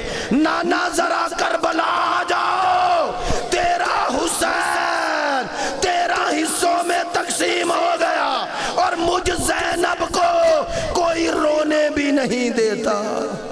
اللہ اللہ سب دعا کر کے جائیں. ماتم حسین یا حسین.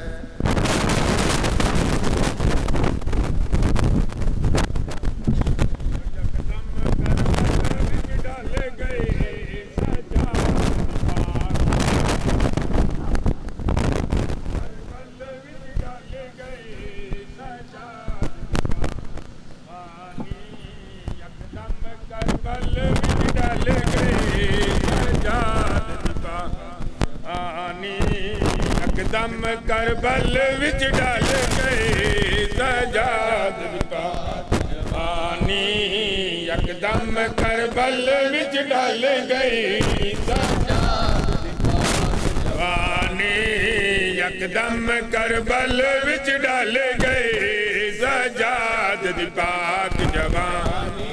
ہو لگی مرض جہان تو وکری, لگی مرض جہان تو وکری, جیڑی جگر سجاد دا ڈال گئے سجاد دی پاک جوانی. یکدم کربل وچ ڈال گئے سجاد دی پاک جوانی. یکدم کربل وچ ڈال گئے سجاد دی پاک جوانی. ہو لگی مرض جہان تو وکری, لگی مرض جہان تو وکری, جڑی جگر سجاد دا ڈال گئے سجاد دی پاک جوانی. یکدم کربل وچ ڈال گئے سجاد دی پاک جوانی. سب پڑھو یکدم کربل وچ ڈال گئے سجاد دی پاک جوانی. ہائے باوی سال عمر وچ ودا ٹور دے وانگ ضعیفا, ہائے باوی سال عمر وچ ودا ٹور دے وانگ ضعیفا. ڈٹا بین دا داج لٹیندا, ڈٹا بین دا داج لٹیندا, ید عمر سجاد دی ڈال گئے سجاد دی پاک جوانی. یکدم کربل وچ ڈال گئی سجاد دی پاک جوانی. یکدم کربل وچ ڈال گئی سجاد دی پاک جوانی. یکدم کربل وچ ڈال گئی سجاد دی پاک جوانی. گس پائے بدن زنجیر سجاد دے پاک بدن تے, گس پائے بدن زنجیر سجاد دے پاک بدن تے. ہائے آخری غسل دے ویلے, ہائے آخری غسل دے ویلے, کر دی کوک نکل گئی سجاد دی پاک جوانی یکدم کربل وچ ڈل گئی سجاد دی پاک جوانی یکدم سجاد دی پاک ہائے ہو جائیدار علودا دیورم سجاد دے دل تے ہائے ہو جائیدار علودا دیورم سجاد دے دل تے آیا ہو پر رنگ دا قیدی آیا ہو پر رنگ دا قیدی تک نگری شام دی حل گئی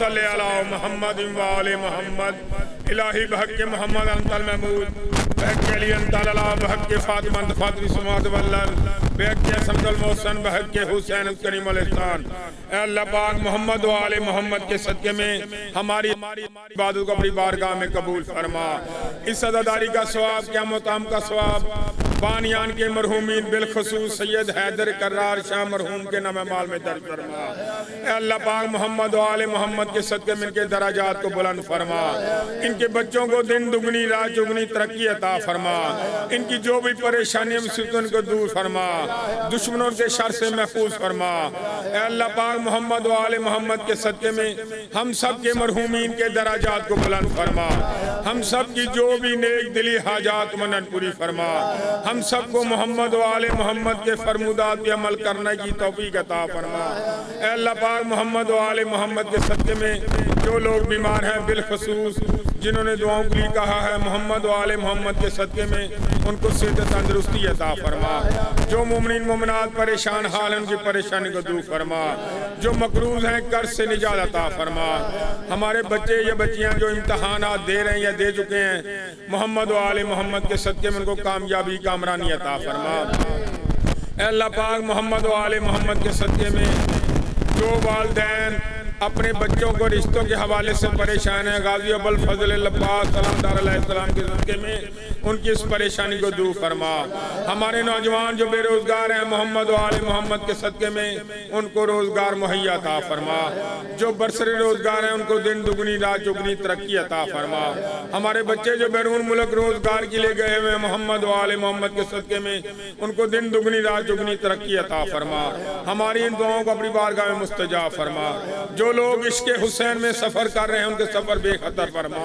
ہم سب کو 14 معصومین علیہ السلام بالخصوص شہدائے کربلا کی زیارت نصیب فرما یا قاہر العدوے یا والی الولی یا مظہر العجائب یا مرتضی علی علی علی علی ادرکنی فی سبیل اللہ ناد علی مظہر العجائب تجدہن اللہ کا فی النوائب کل ہم و غم سینجلی بے عظمتک یا اللہ بے نبوتک یا محمد بے ولایتک یا علی ادرکنی فی سبیل اللہ یا میرے اللہ سلطان عادل امام اعظم علیہ السلام کا ظہور جل فرما ملک پاکستان کو دن دگنی رات چگنی ترقی عطا فرما جن جن لوگوں نے دعاؤں کے لیے کہا ہے ان کی جو بھی نیک دلی حاجات منن پوری فرما دعائے امام اعظم علیہ السلام اللہم کل ولیک الحجت بن الحسن صلواتک علیہ وعلی آبائہ فی هذه الساعة وفی کل ساعة ولیا وحافظا وقائدا وناصرا ودلیلا وعینا حتی تسکنہ ارزاقاتا وتمتعہ فیہا طویلا اللہم صلی علی محمد وآل محمد تمام مرحومین مومنین مومنات اپنے اپنے مرحومین کے لیے اور جن کا کوئی بھی سورہ فاتح پڑھنے والا نہیں ہے خاندان قزلباش کے مرحومین کے لیے اور بالخصوص زیادی برادران کے مرحومین کے لیے اور بالخصوص سید حیدر کرار مرحوم کے لیے سورۃ الفاتحہ بسم اللہ الرحمن الرحیم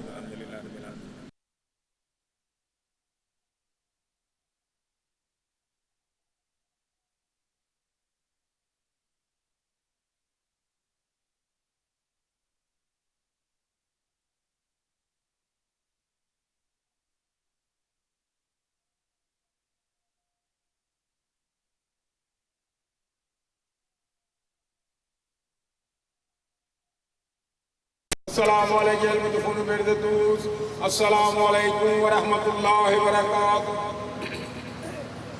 السلام علیکم یا صاحب العصر والزمان علمان علمان علمان من فتنة الزمان السلام علیکم یا خلیفۃ الرحمان السلام علیکم یا شریک القرآن السلام علیکم یا من سبجان السلام علیکم یا کامل کفر والطغیان السلام علیکم یا داخل ظلم والعدوان اجل اللہ تعالی فرجک وسال اللہ تعالی مخرجک وظہورک السلام علیکم ورحمۃ اللہ وبرکاتہ بانیان کی طرف سے اعلان ہے تمام حضرات